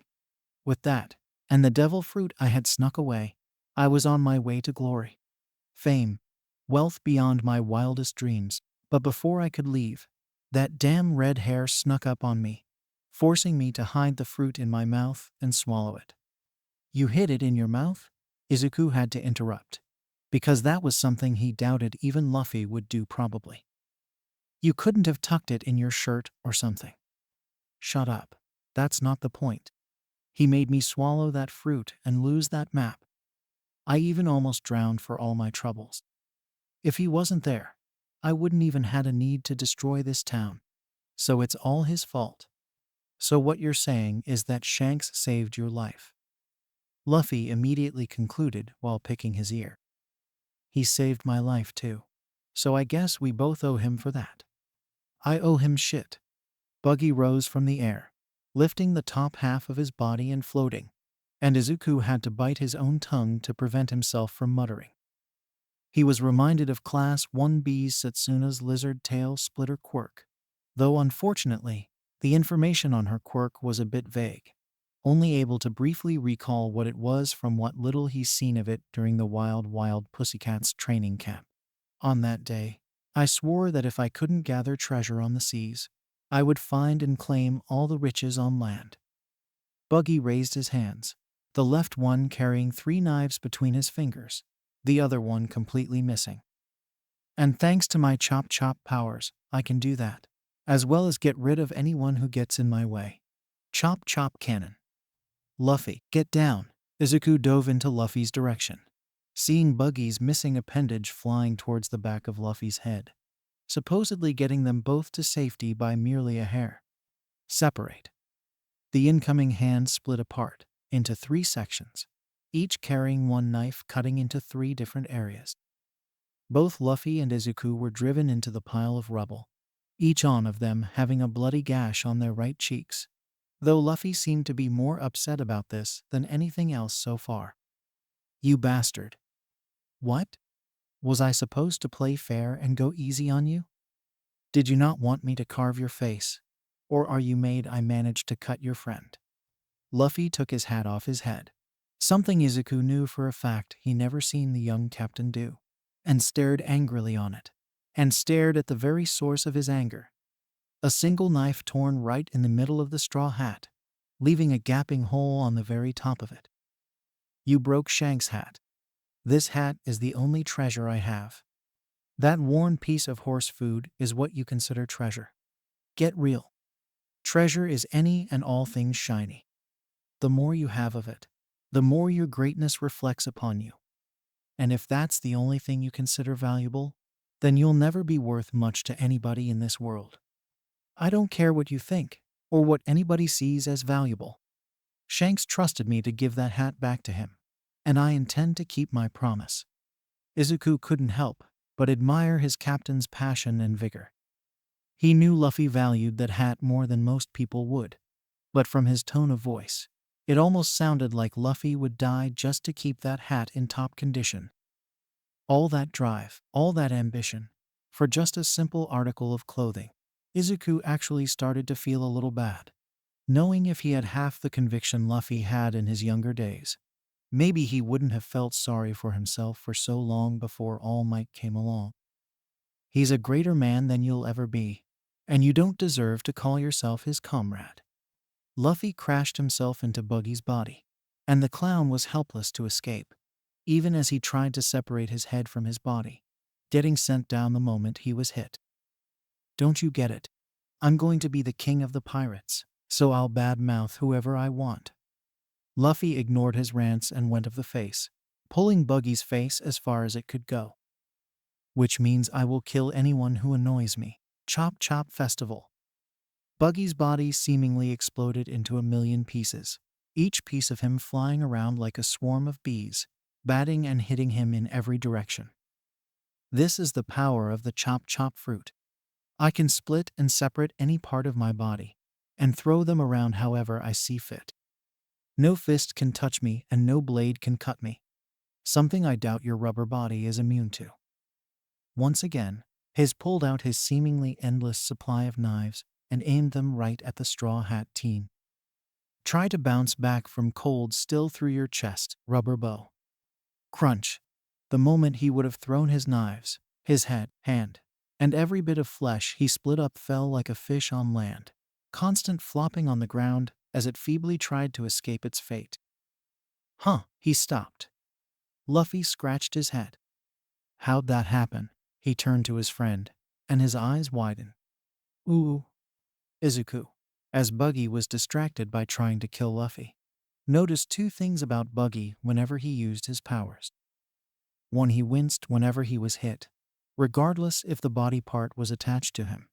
And two, his feet never lifted off the grounded, no matter if they were attached to his legs or not.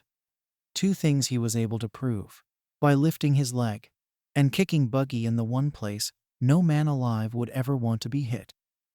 His powers are like the opposite of yours. You're immune to most blunt attacks like punches, but vulnerable to blades. Here, he's immune to blades, but vulnerable to punches, and well, kicks. "You kicked him in the balls?" Luffy shouted, apparently a bit appalled by Izuku's sudden dirty tactics. "That's so dirty." Izuku wasted no time to start feeling guilty. "Well, wait. He was about to attack you. And yeah, it's a low blow, but it was the perfect opening." "So you kicked him in the balls?" Luffy shouted again, only to do a complete 180 yet again. "I probably would have done the same thing." "Guess that means you're more of a pirate now. Shishishishi." "What? No, I does it?" Izuku wondered, wondering if he ever would have done this if he was back home. "I'm getting corrupted already." "Sure looks like it." Izuku deadpanned at Luffy's not-so-helpful behavior, knowing he shouldn't have expected anything less by this point. "Just help me gather him up before he tries to escape." "Too late for that, you green-haired bastard." Buggy's head floated once more, raising high to give off the image of someone taller and scarier, only to be more ridiculous-looking because it was just a head. "Now I'm really getting serious. Chop chop assemble." And he assembled ...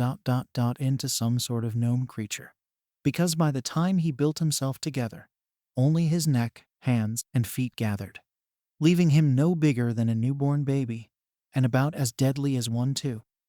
Achi. Looking for this.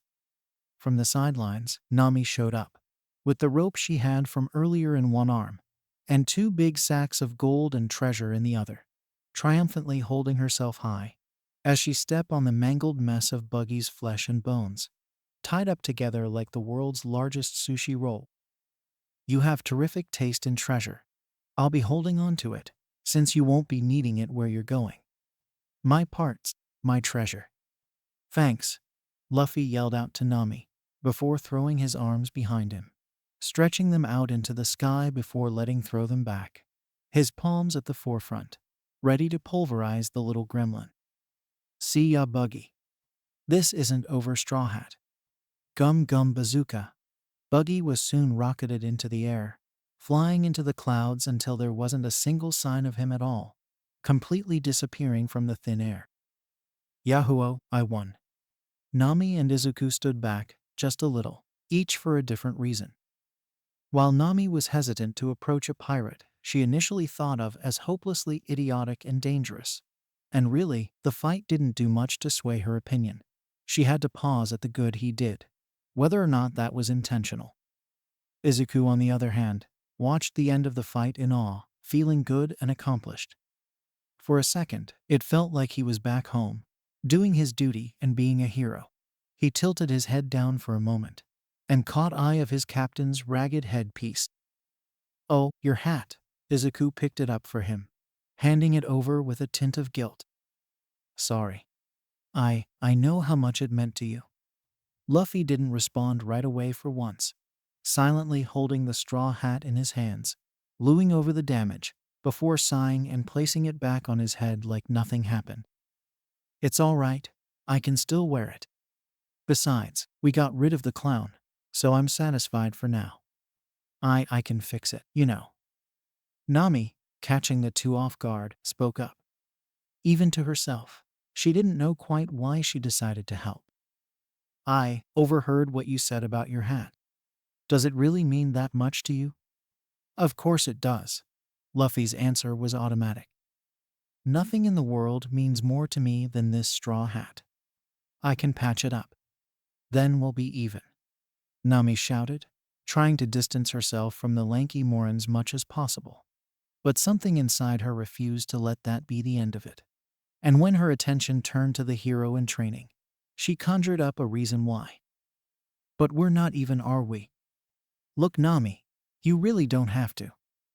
Nami clasped Izuku's mouth before he could say anything that could change her mind. Normally, I would take you up on that and let everything go from here. But you've saved my life twice already, and you're... She looked by to the silly grin of Luffy for a second. Crew did get rid of Buggy, as well as provide the perfect distraction for me to take his treasure. So looks like I still owe you, so... She dumped the chart in his hands with a satisfied smirk. Here you go. One chart of the Grand Line. Really? You got a map?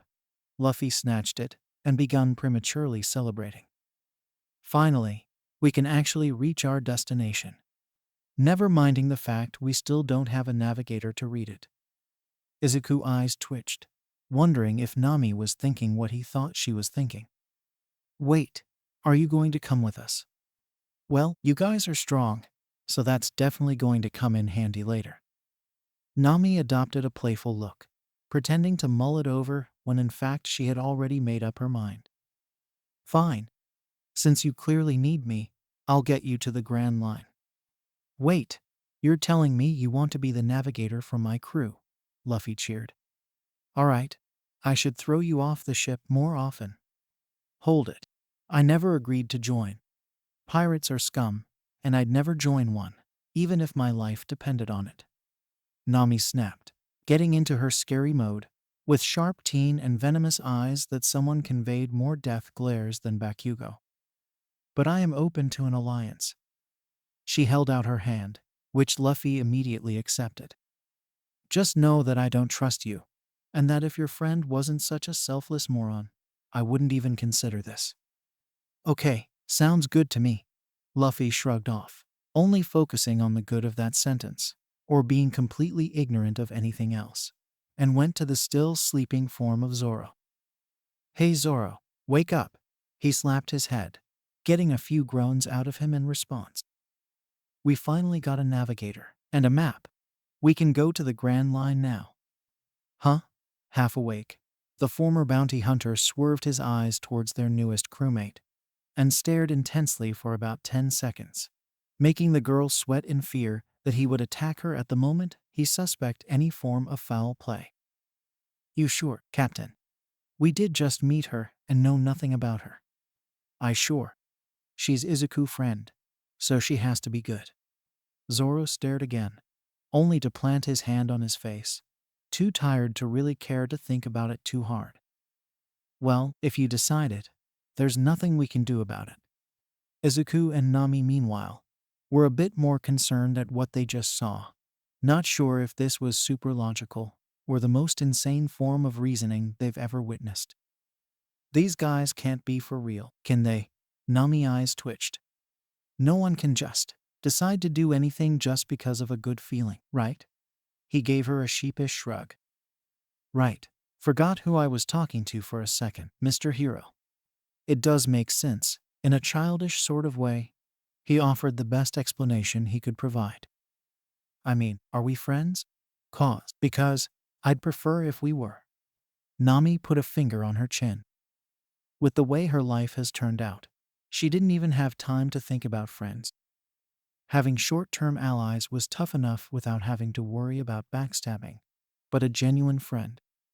She lost hope of ever having any the moment she turned to a life of theft and betrayal. Her only comfort being she was, by technicality, better than pirates by a legal standard. Could she have friends? No. Not when she had to burn so many bridges to remove herself from any attachments. Loyalty was just another anchor to weigh you down. Did she want friends? Grab the other bag of treasure, and we can talk about it on the way to my ship. Wait. Shouldn't we do something about the mayor? Where'd you put him? Don't worry. I placed him in one of the empty houses. Nami waved off his concern. We should probably start heading out before anyone gets sus. Who are you people? You aren't residents of this town. A mob, forming from the outskirts of the town, began swarming the four teens, all of them armed, angry, and ready for a fight. What have you down with our mayor? Oh, this is bad, Izuku whispered to Nami, who was back to back with Zoro, who, given his injury from earlier, held on close to Luffy.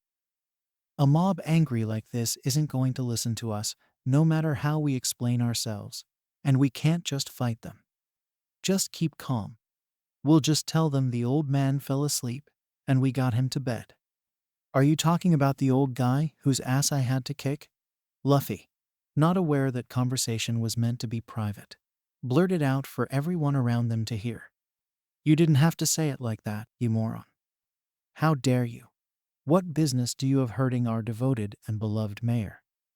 The town was more riled up, and the four found themselves walking backwards as the crowd closed in on them. Crap. If we say we're pirates and thieves, we'll have to make a run for it. Well, we're pirates and... Idiot. Run. Shishishishishi. Luffy ran off, carrying Zoro on his back as Izuku carried Nami on his, who had one bag of treasure in her arms. Both the Straw Hat and the swordsman laughed their asses off, more entertained at being chased than frightened, while the saner of the now crew of four attempted to keep a steady pace as the mob chased them out of town and into the alleys. Wait, go back, Nami screamed in sadness and terror upon realization. You didn't grab the other bag? That's my treasure you're leaving behind. It's not yours to begin with. Besides, do you really want to face that crowd alone? Grrrr. This is all your fault, Nami screamed at Luffy. How is it you make everything worse? It's not my fault these guys love that old guy so much, Luffy defended, getting funny looks from the navigator. This is a good town. It's great they can unite together after having it invaded. And they'll need that money you left behind to rebuild the town again. So everything works out in the end. Izuku gave his captain an odd look, almost making him miss when they passed Shushu's store. Said dog gave them the happiest look they've ever seen from an animal, before it got defensive again and started barking at the mob of angry people, causing them to stop in confusion, making Izuku grin. Yeah, I guess it did. While today was far from perfect, and he doubted tomorrow would be any better, Izuku could end this day with a smile on his face. After all, a hero lifted despair from the hearts of everyone, even if that person was a dog.